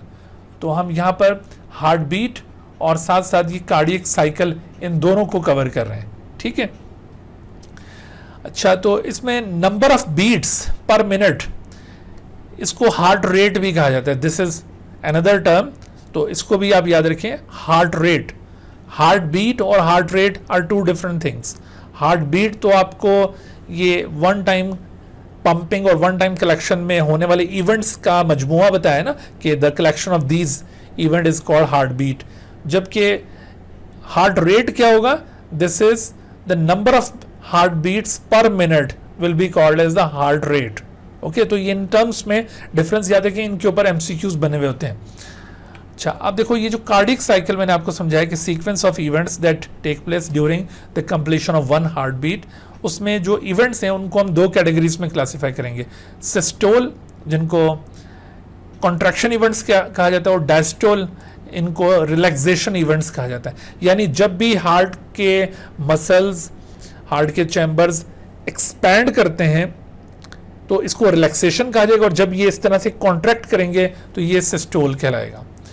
असल में देखो होगा क्या यहाँ पर, अगर हम इसके कार्डियक साइकिल के फेजेस को अंडरस्टैंड करें और एनालिस्ट करें, तो जैसे आप इमेजिन करें कि यहाँ पर ऑक्सीजनेटेड ब्लड कलेक्ट हो रहा है और साथ ही डीऑक्सीनेटेड ब्लड भी कलेक्ट हो रहा है, and both the bloods are collected by the atria, दोनों एट्रिया एक साथ ब्लड को कलेक्ट कर रहे हैं, सही। तो ये कहलाएगा atrial diastole, the relaxation of atria. ऐसा सब ब्लड इनके अंदर कलेक्ट होता जा रहा है और एट्रिया यूं रिलैक्स होते चले जा रहे हैं। एट्रिया की ये जो रिलैक्सेशन हो रही होती है ना, ये ब्लड के एंट्री की वजह से हो रही होती है। इस बात को जरा समझने की कोशिश करना आपने कि एट्रियल डायस्टोल कब होगा, when blood is entered into the heart, into the atria. दोनों ब्लड एक साथ आ रहे हैं, ऑक्सीजनेटेड ब्लड लेफ्ट एट्रियम में और डीऑक्सीनेटेड राइट एट्रियम में, तो उस वक्त ये दोनों एट्रिया एक्सपैंड कर रहे हैं, दिस इज एट्रियल डायस्टोल। जब ये एट्रिया फुली कॉन्ट्रैक्ट और रिलैक्स हो जाते हैं तो फिर ये कॉन्ट्रैक्ट करते हैं, that is called atrial systole, contraction of atria. जब ये एट्रिया कॉन्ट्रैक्ट कर जाएंगे तो ब्लड आ जाएगा वेंट्रिकल्स में। अब वेंट्रिकल्स दोनों ब्लड रिसीव करने पर फौरन रिलैक्स नहीं करते, क्योंकि वो थिक वॉल्ड होते हैं, तो उनके अंदर जब ब्लड दाखिल हो जाता है तो वो दाखिल होने के बाद फिर वेंट्रिकल्स पहले कॉन्ट्रैक्ट करेंगे, तो इस वजह से next event will be ventricular systole. और फिर आखिर में अब ये वेंट्रिकल्स ने भी रिलैक्स करना है, that is called ventricular diastole. तो यूं देखा जाए तो 4 इवेंट्स इसके अंदर इंक्लूड हो रहे हैं, 4 फेजेस हैं। लेकिन एक्चुअली होता यह है कि अगर हम टाइमिंग के लिहाज से देखें तो जिस वक्त ये एट्रिया डायस्टोल हो रहा होता है और एट्रिया इस तरह से यूं रिलैक्स कर रहे होते हैं, एट द सेम टाइम ये जो वेंट्रिकल्स हैं उनकी भी रिलैक्सेशन हो रही होती है। तो चूंकि ये फर्स्ट और फोर्थ इवेंट ये एक ही वक्त में टेक प्लेस होते हैं, इस वजह से इन दोनों को हम कलेक्ट करके एक सिंगल फेज कंसिडर करेंगे और उसे कहेंगे डायस्टोलिक फेज। तो इस लिहाज से यूं 3 फेजेस बन जाएंगे, एक हो गया एट्रियल सिस्टोल, दूसरा वेंट्रिकुलर सिस्टोल और तीसरा फिर ये वेंट्रिकुलर डायस्टोल के साथ एट्रियल डायस्टोल भी, atrioventricular diastole, atrioventricular diastole या simply called as the diastole phase. अब जरा इसमें इन डायग्राम्स पे गौर कीजिए। देखो जब ये एट्रियल सिस्टोल हो रहा था, जब ये ब्लड यहाँ पर कलेक्ट हो गया तो दोनों एट्रिया कॉन्ट्रैक्ट कर रहे हैं, एट्रियल सिस्टोल। उस वक्त आप देखो कि कौन से वेल्व्स ओपन हुए हैं। जब ये एट्रियल सिस्टोल होता है ना तो एट्रियो वेंट्रिकुलर वेल्व्स ओपन हो जाते हैं, एट्रियो वेंट्रिकुलर वेल्व्स उस वक्त ओपन होंगे। अच्छा, उस वक्त सवाल ये पैदा होता है कि जब ये एट्रिया कॉन्ट्रैक्ट करेंगे तो ब्लड वापस वेन्स में क्यों नहीं जाएगा। ये जो वेना केवा होते हैं ना, वेना केवा और पल्मोनरी वेन्स, इनमें वापस ब्लड क्यों नहीं जाता जब ये एट्रिया यूं कॉन्ट्रैक्ट करते हैं। तो कॉन्ट्रैक्ट करने से ये हमेशा ब्लड नीचे को ही क्यों आता है। तो उसका रीज़न ये है कि ये वेन्स जो होती हैं इनके अंदर भी वेल्व्स मौजूद होते हैं, वेन्स में भी सेमीलूनर वेल्व्स प्रेजेंट होते हैं। तो ये सेमीलूनर वेव्स जब ये एट्रिया कॉन्ट्रैक्ट करेंगे तो वो क्लोज हो जाएंगे और इस तरह से वापस ब्लड इन वेन्स में नहीं जा सकेगा, ना ये वेना केवा में जाएगा ना पल्मोनरी वेन्स में जाएगा, ठीक है। और ब्लड ये नीचे वेंट्रिकल्स में आ जाएगा और उस वक्त एट्रियो वेंट्रिकुलर वेव्स ओपन है। अच्छा, अगले लम्हे अब जब वेंट्रिकल्स की कॉन्ट्रैक्शन होगी तो वेंट्रिकल्स की कॉन्ट्रैक्शन के साथ ही अब आप देखिए कि जो दोनों एट्रियो वेंट्रिकुलर वेल्व्स हैं वो क्लोज हो गए और इनके क्लोज होने से एक साउंड जनरेट होता है, that is called lub sound, ठीक है। This is first heart beat sound called lub sound. So this lub sound is generated, किस वक्त ये लब साउंड जनरेट होगा, when ventricular systole event occurs. इसको आपने इसके साथ रिलेट करना है, वेंट्रिकुलर सिस्टोल। उस वक्त ये एट्रियो वेंट्रिकुलर वेल्व्स के फ्लैप्स आपस में टकराते हैं, उससे ये साउंड जनरेट होता है। यहां पर अक्सर सवाल पूछते होते हैं कि लब साउंड इज जनरेटेड बाय, तो किससे ये जनरेट हुआ, by the striking of the valve cusps of the atrioventricular valves. ये जो वेल्व कस्प हैं एट्रियो वेंट्रिकुलर वेल्व के, इनकी स्ट्राइकिंग से ये साउंड जनरेट हो रहा है। इसमें सेमीलूनर वेल्व्स इन्वॉल्व नहीं है क्योंकि वो तो इस इवेंट के दौरान ओपन हो चुके हैं, आयोटिक सेमिलुनर वेल्व भी और पल्मोनरी सेमिलुनर वेल्व भी, और ब्लड यहां से बाहर निकल रहा है। समझ आ गई बात। अच्छा, जब ये वेंट्रिकुलर सिस्टोल परफॉर्म हो रहा होगा तो उस वक्त आप देखिए कि ये जो एट्रिया हैं ये ब्लड रिसीव करना शुरू हो चुके होंगे। ये बात ज़रा गौर से सुनिएगा कि वेंट्रिकुलर सिस्टोल के दौरान ये एट्रिया जो दोनों हैं, राइट एट्रियम भी और लेफ्ट एट्रियम भी, उनके अंदर ब्लड दाखिल होना शुरू हो चुका होता है। आपको यहाँ पर ये वेल्व खुले हुए नज़र आ रहे हैं और आहिस्ता आहिस्ता ब्लड इनके अंदर दाखिल हो रहा है और आहिस्ता आहिस्ता इनकी ये रिलैक्सेशन जारी है, यानी इसी दौरान में वो एट्रियल रिलैक्सेशन भी शुरू हो चुकी है। अच्छा, उसके बाद फिर देखो ये वेंट्रिकुलर डायस्टोल। अब आखिर में जब वेंट्रिकल्स रिलैक्स करते हैं तो वेंट्रिकल्स जब रिलैक्स करेंगे उस वक्त एट्रिया भी मुकम्मल तौर पर रिलैक्स कर रहे होंगे क्योंकि इनकी रिलैक्सेशन पहले ही शुरू हो चुकी थी, ब्लड इनमें दाखिल होना शुरू हो चुका था। तो अब ज़्यादा तेज़ी से ब्लड दाखिल होगा क्योंकि जो ब्लड इसमें आ चुका होता है वेंट्रिकल्स के रिलैक्स होने पर, ये एट्रियो वेंट्रिकुलर वेल्व्स थे, वो ब्लड आहिस्ता आहिस्ता थोड़ा सीप करके वेंट्रिकल्स में भी आना शुरू हो जाता है और यहाँ से मजीद ब्लड आना शुरू हो जाता है। आप मेरी बात समझ रहे हैं कि वेंट्रिकुलर डायस्टोल के दौरान एट्रियो वेंट्रिकुलर वेल्व्स ओपन हो चुके होते हैं, सही है, लेकिन इस रिलैक्सेशन के दौरान सेमीलूनर वेल्व क्लोज हो चुके हैं। सेमीलूनर वेल्व्स की क्लोजिंग के दौरान एक बार फिर साउंड जनरेट होगा, that is called dub sound. तो ये डब साउंड कहाँ से जनरेट हुआ है, ये इन सेमिलुनर वेल्व की क्लोजिंग की वजह से जनरेट हुआ। पहला साउंड वेंट्रिकुलर सिस्टोल के दौरान और दूसरा साउंड वेंट्रिकुलर डायस्टोल के दौरान जनरेट हुआ है। अब आपने सिंपली बस ये जो वेल्व्स की ओपनिंग एंड क्लोजिंग है इनको जहन नशीन करना है, क्योंकि इनके ऊपर सवालात बनते होते हैं और इधर अक्सर गलती हो जाती है। देखो ये जो पहले हम एट्रियोवेंट्रिकुलर वेल्व्स की बात कर लें, तो एट्रियोवेंट्रिकुलर वेल्व्स ये कब ओपन हो रहे हैं और कब क्लोज हो रहे हैं? Open and close. तो ओपन कब हुए? ये ओपन हो रहे हैं ये जब पहले क्लोज की बात कर लें। क्लोज कब हुए? वेंट्रिकुलर सिस्टोल के दौरान। Ventricular systole is the event which is responsible for the closing of atrioventricular valve। और ओपन कब हुए? वेंट्रिकुलर डायस्टोल के दौरान। Ventricular diastole. अच्छा, अब जरा सेमील्यूनर वेल्व्स पे आ जाएं। तो ये जो सेमील्यूनर वेल्व्स हैं इनके अंदर आपको ओपनिंग एंड क्लोजिंग कहां पे नजर आ रही है? तो ये ओपन और ये क्लोज। हाँ जी, पहले इसकी क्लोजिंग की बात, पहले ओपनिंग की बात कर लेते हैं। तो ये ओपन है वेंट्रिकुलर सिस्टोल के दौरान ओपन है, वेंट्रिकुलर सिस्टोल, और जबकि क्लोज कब है? वेंट्रिकुलर डायस्टोल में।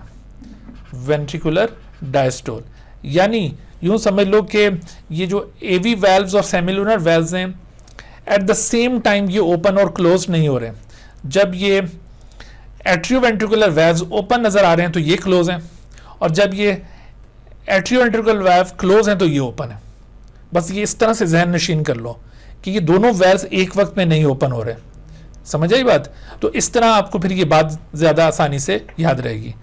अच्छा, अब ये जो तीनों फेजेज हैं इनका सीक्वेंस कार्डियक साइकिल में यूं होगा, जैसे आप यहां पे देखिए कि ये एट्रियल कॉन्ट्रैक्शन यानी एट्रियल सिस्टोल इवेंट है, ये फिर वेंट्रिकुलर सिस्टोल है, और फिर दोनों का डायस्टोल यहां पे इकट्ठा शुरू किया हुआ है। जी अभिया बेटे क्या सवाल है? सर मुझे कहना था कि जो आप कह रहे हैं कि जो पहले वाले जो सर एक मिनट पीछे वाली स्लाइड करेंगे जी। बस, स्लाइड शो ही नहीं हो रही। सर ये जो आपने पहले लिखा कि एट्रियोवेंट्रिकुलर वेल्व्स होते हैं ये तब ओपन होते हैं जब वेंट्रिकुलर डायस्टोल होता है, लेकिन सर ये तो तब ओपन होने चाहिए जब वेंट्रिकुलर डायस वो कॉन्ट्रैक्शन हो, उनकी सिस्टोल हो, क्योंकि वो कॉन्ट्रैक्ट करेंगे तो ये खुल जाएंगे। ऐसे नहीं होना चाहिए सर। तो मेरा किसका? concept ठीक कर दें। वेंट्रिकल्स की कॉन्ट्रैक्शन हो तो एट्रियोवेंट्रिकुलर वेल्व्स को खुलना चाहिए। सर जब एट्रियोवेंट्रिकुलर वाल्व जो है हाँ। आपने लिखा है ओपन तब होगा जब वो डायस्टोल होगा। हाँ, जब वो वेंट्रिकुलर डायस्टोल होगा तो उस वक्त वो ओपन होगा। बिल्कुल, ये जैसे यहाँ पर डायस्टोल हो रहा है तो उस वक्त ओपन। जब एट्रिया कॉन्ट्रैक्ट करेगा तब वो खुलेंगे, ये कह सकते हैं? जब एट्रिया कॉन्ट्रैक्ट करेगा, हाँ बिल्कुल, उसके साथ अगर रिलेट करना हो, हमने तो यहाँ पर अभी इसको वेंट्रिकल्स के साथ शो किया ना, तो जब वो एट्रिया कॉन्ट्रैक्ट करेंगे तो तब वो खुलेंगे। बिल्कुल ऐसे भी कहा जा सकता है, ठीक है ना? ठीक है सर, थैंक यू। क्योंकि काफी सारे एस्पेक्ट होते हैं ना सोचने के, तो हर एक एंगल से इसको बिल्कुल एनालाइज करें, और ये काफी कॉम्प्लिकेटेड सवालात होते हैं जो यहाँ से बनते हैं। अच्छा, अब देखो ये इस कार्डियक साइकिल में आपने इनका ये सीक्वेंस याद करना है और इसके साथ साथ इनका ड्यूरेशन। 0.1 सेकेंड में एट्रियल सिस्टोल, फिर 0.3 सेकेंड में वेंट्रिकुलर सिस्टोल, और 0.4 सेकेंड में ये डायस्टोलिक फेज कंप्लीट हो रहा है। तकरीबन इस तरह से 7.7 to 0.8 सेकेंड के अंदर एक हार्ट बीट कंप्लीट हो रही है, जबकि एक हार्ट बीट और दूसरी हार्ट बीट के दरमियान थोड़ा सा एक डिले मौजूद होता है 0.1 to 0.3 सेकेंड का। तो इस तरह से आप देखिए कि मिनट या 1 मिनट से ज़्यादा का अरसा तकरीबन एक हार्ट बीट के इवेंट्स में लग रहा है, और इस तरह से 1 मिनट के अंदर हाँ जी, तो आप इस तरह से कैलकुलेट कर सकते हैं। सॉरी, 1 सेकंड से कुछ ज्यादा अरसा ये एक हार्ट बीट की कंप्लीशन में लग रहा है, तो आप 1 मिनट में मालूम कर सकते हैं कि भाई कितनी दफा हार्ट बीट करता है। इस तरह से करके आप इसको कैलकुलेट कर सकते हैं। तो नॉर्मली जो फिगर्स हमारे सामने आती हैं एडल्ट मेल्स और एडल्ट फीमेल की, 72 पर मिनट ये हार्ट रेट मेल का, और फीमेल का थोड़ा सा फास्ट होगा। ठीक है, इस सवाल में आप देखिए कि which state the sequence of contraction in one heart beat. Sequence of contraction, तो left atrium and left ventricle together, दोनों एट्रियम और ये जो लेफ्ट साइड के एट्रियम और वेंट्रिकल क्या ये दोनों इकट्ठे करते हैं? ये दोनों इकट्ठे तो नहीं, तो इस वजह से इसको तो हम रिजेक्ट कर देंगे।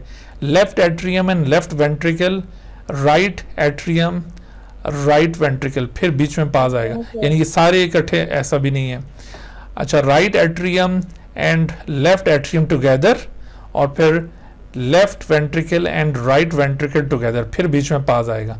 तो बिल्कुल ये देखो, ये दोनों एट्रिया एक साथ और दोनों वेंट्रिकल्स एक साथ। अच्छा, और फिर देखो राइट एट्रियम राइट वेंट्रिकल, ये फिर गलत हो जाएगा। तो यहां पर जो पॉसिबल आंसर है वो ये सी बनता है। इस तरह से करके ये हार्ट बीट परफॉर्म हो रही होती है। अच्छा, यहां पर थोड़ी सी बात समझने वाली है।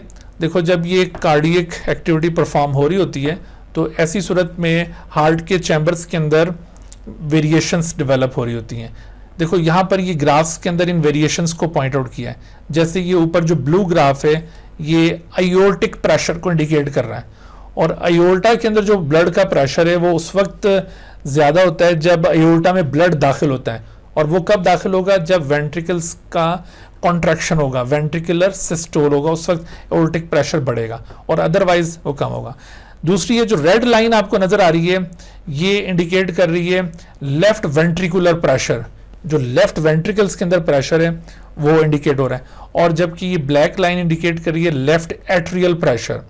तो देखो, लेफ्ट एट्रियल प्रेशर बहुत कम है, और जो लेफ्ट वेंट्रिकुलर प्रेशर है वो बहुत ज़्यादा वेरिएबल है, यानी एक दफ़ा बहुत ऊपर जाता है फिर दोबारा बहुत नीचे आ जाता है।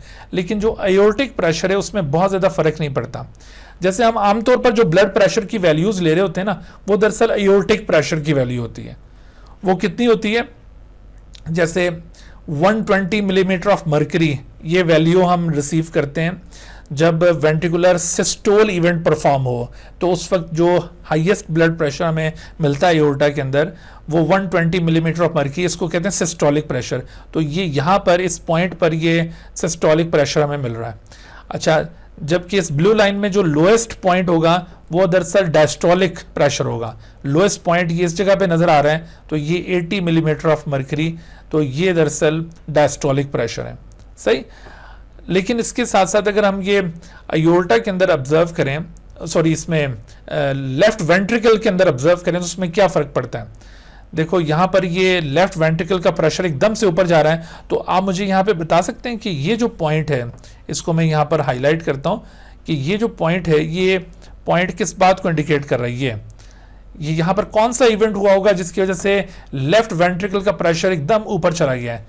यहाँ पर क्या एट्रियल सिस्टोल हुआ होगा, या वेंट्रिकुलर सिस्टोल, या एट्रियो वेंट्रिकुलर डायस्टोल? यहाँ पे क्या हुआ इस पॉइंट पे? यहाँ पे वेंट्रिकुलर सिस्टोल हुआ है। समझ आ रही बात? तो वेंट्रिकुलर सिस्टोल की वजह से ब्लड प्रेशर लेफ्ट वेंट्रिकल के अंदर वो ऊपर चला जाएगा, और उसी की वजह से एओर्टा का प्रेशर भी इसके साथ रिस्पॉन्ड करता है और वो भी ऊपर चला जाता है। समझ आई बात? अच्छा, ये जो पॉइंट मैंने एनसर्कल किया है, अगर मैं आपसे पूछता हूं कि इधर कौन सा वेल्व ओपन हुआ होगा और कौन सा क्लोज हुआ होगा, यहां पर चूंकि वेंट्रिकुलर सिस्टोल परफॉर्म हो रहा है, तो वेंट्रिकुलर सिस्टोल पर एट्रियो वेंट्रिकुलर वेल्व क्लोज होगा या ओपन होगा? क्लोज होगा। तो ऐसी सूरत में क्लोज हो जाएगा। तो ये पॉइंट आपने एट्रियो वेंट्रिकुलर वेल्व के साथ एसोशिएट करना है। सही। अच्छा, जब ये यहाँ पर पहुंचता है तो इस जगह पर आकर वो जो दोबारा से अब ये डायस्टोलिक फेज शुरू हो गया, क्योंकि प्रेशर नीचे आ रहा है ना, तो इसका मतलब है कि इस सेंट्रल पॉइंट से अब वो डायस्टोल शुरू है, एट्रियो वेंट्रिकुलर डायस्टोल। इस वजह से प्रेशर अब नीचे आता जा रहा है, क्योंकि जब डायस्टोल होता है तो प्रेशर यूं डाउन हो रहा होता है। तो ये देखो, ये प्रेशर नीचे आ रहा है, नीचे आ रहा है, नीचे आ रहा है, तो यहाँ पर आकर ये डायस्टोल कंप्लीट हो गया। तो इस जगह पर आकर ये जो सेंट्रल पॉइंट है, इस जगह पर जो एट्रियो वेंट्रिकुलर वेल्व क्लोज हो गए थे, अब डायस्टोलिक फेज के दौरान वो हो जाएंगे ओपन, और इस पॉइंट पे कौन सा क्लोज हो जाएगा? इस पॉइंट पे सेंटर में यहाँ पे सेमिलुनर वेल्व्स को अब यहाँ पर क्या होना चाहिए? होने चाहिए। हाँ जी, यहाँ पर देखो वो ओपन हुए थे और यहाँ पर आकर अब वो क्लोज हो जाएंगे, और ये जो क्योंकि डायस्टोल शुरू हो गया ना, तो डायस्टोल के दौरान सेमिलुनर वेल्व्स क्लोज हो जाते हैं। तो इस पॉइंट को आपने याद रखना है, ये जो सेकंड पॉइंट है, सेमिलुनर वेल्व्स आर क्लोज्ड। ठीक है, और इस पॉइंट पर कौन क्लोज हुए थे? Atrioventricular valves are closed. तो जब ये एट्रियोवेंट्रिकुलर वेल्व क्लोज हुए हैं तो ऑब्वियसली सेमिलूनर वेल्व ओपन हुए हैं, और जहां पर सेमिलूनर वेल्व क्लोज हुए हैं तो वहां पर एट्रियोवेंट्रिकुलर वेल्व ओपन हो गए। ठीक है, इन पॉइंट्स को जरा माइंड में रखिएगा। अब इस सवाल का जवाब दें। The graph shows the pressure changes in the left atrium and the left ventricle while the heart is beating. When does the atrioventricular valves close? अब देखो ये वाली लाइन है लेफ्ट एट्रियम की और ये लेफ्ट वेंट्रिकल की। तो लेफ्ट वेंट्रिकल ये यहाँ से देखो ये प्रेशर ऊपर जा रहा है ना, तो इसका मतलब है कि ये जो बी वाला पॉइंट है, ये कौन सा पॉइंट अभी मैंने समझाया आपको? एट्रियोवेंट्रिकुलर वेल्व क्लोज होने।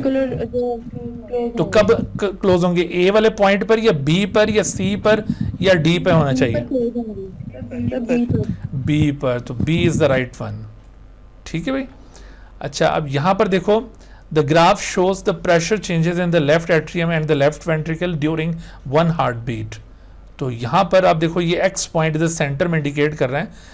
What is the state of the valve in the heart at the time x वाले टाइम पर? लेफ्ट एट्रियोवेंट्रिकुलर वेल्व ये इस वक्त क्लोज होगा या ओपन होगा? ये क्लोज होगा। और सेमिलूनर वेल्व नहीं, क्लोज नहीं, ओपन होगा। ये ओपन होगा, ये ओपन होगा। तो ए और बी तो आंसर हो नहीं सकते। हाँ जी, और ये वाला क्लोज होगा, तो C would be the right answer. दोनों एक साथ ओपन होते नहीं है। तो अब ये बात समझ में आ गई आप लोगों को? चलें जी, तो ये जो अब ये वाला टॉपिक है इसको हम मेरे ख्याल में नेक्स्ट लेक्चर पे ले जाते हैं, ये अभी ख़त्म नहीं होने वाली बात। ठीक है जी, इसके साथ हम आज का लेक्चर यहाँ पर रोकते हैं। इंशाल्लाह बकाया जो टॉपिक्स हैं उसको इंशाल्लाह कल वाले लेक्चर में कंप्लीट करेंगे, और फिर हमारा ये कार्डियोवैस्कुलर सिस्टम और लिम्फेटिक सिस्टम ख़त्म हो जाएगा। Dear viewers, thank you for watching this video. If you have not subscribed this channel, kindly subscribe it and also press the bell icon below so that you could be notified about any new video lecture from Biology Guardian. And also do not hesitate to ask any question regarding this lecture. My contacts are shown on the screen. Thank you once again.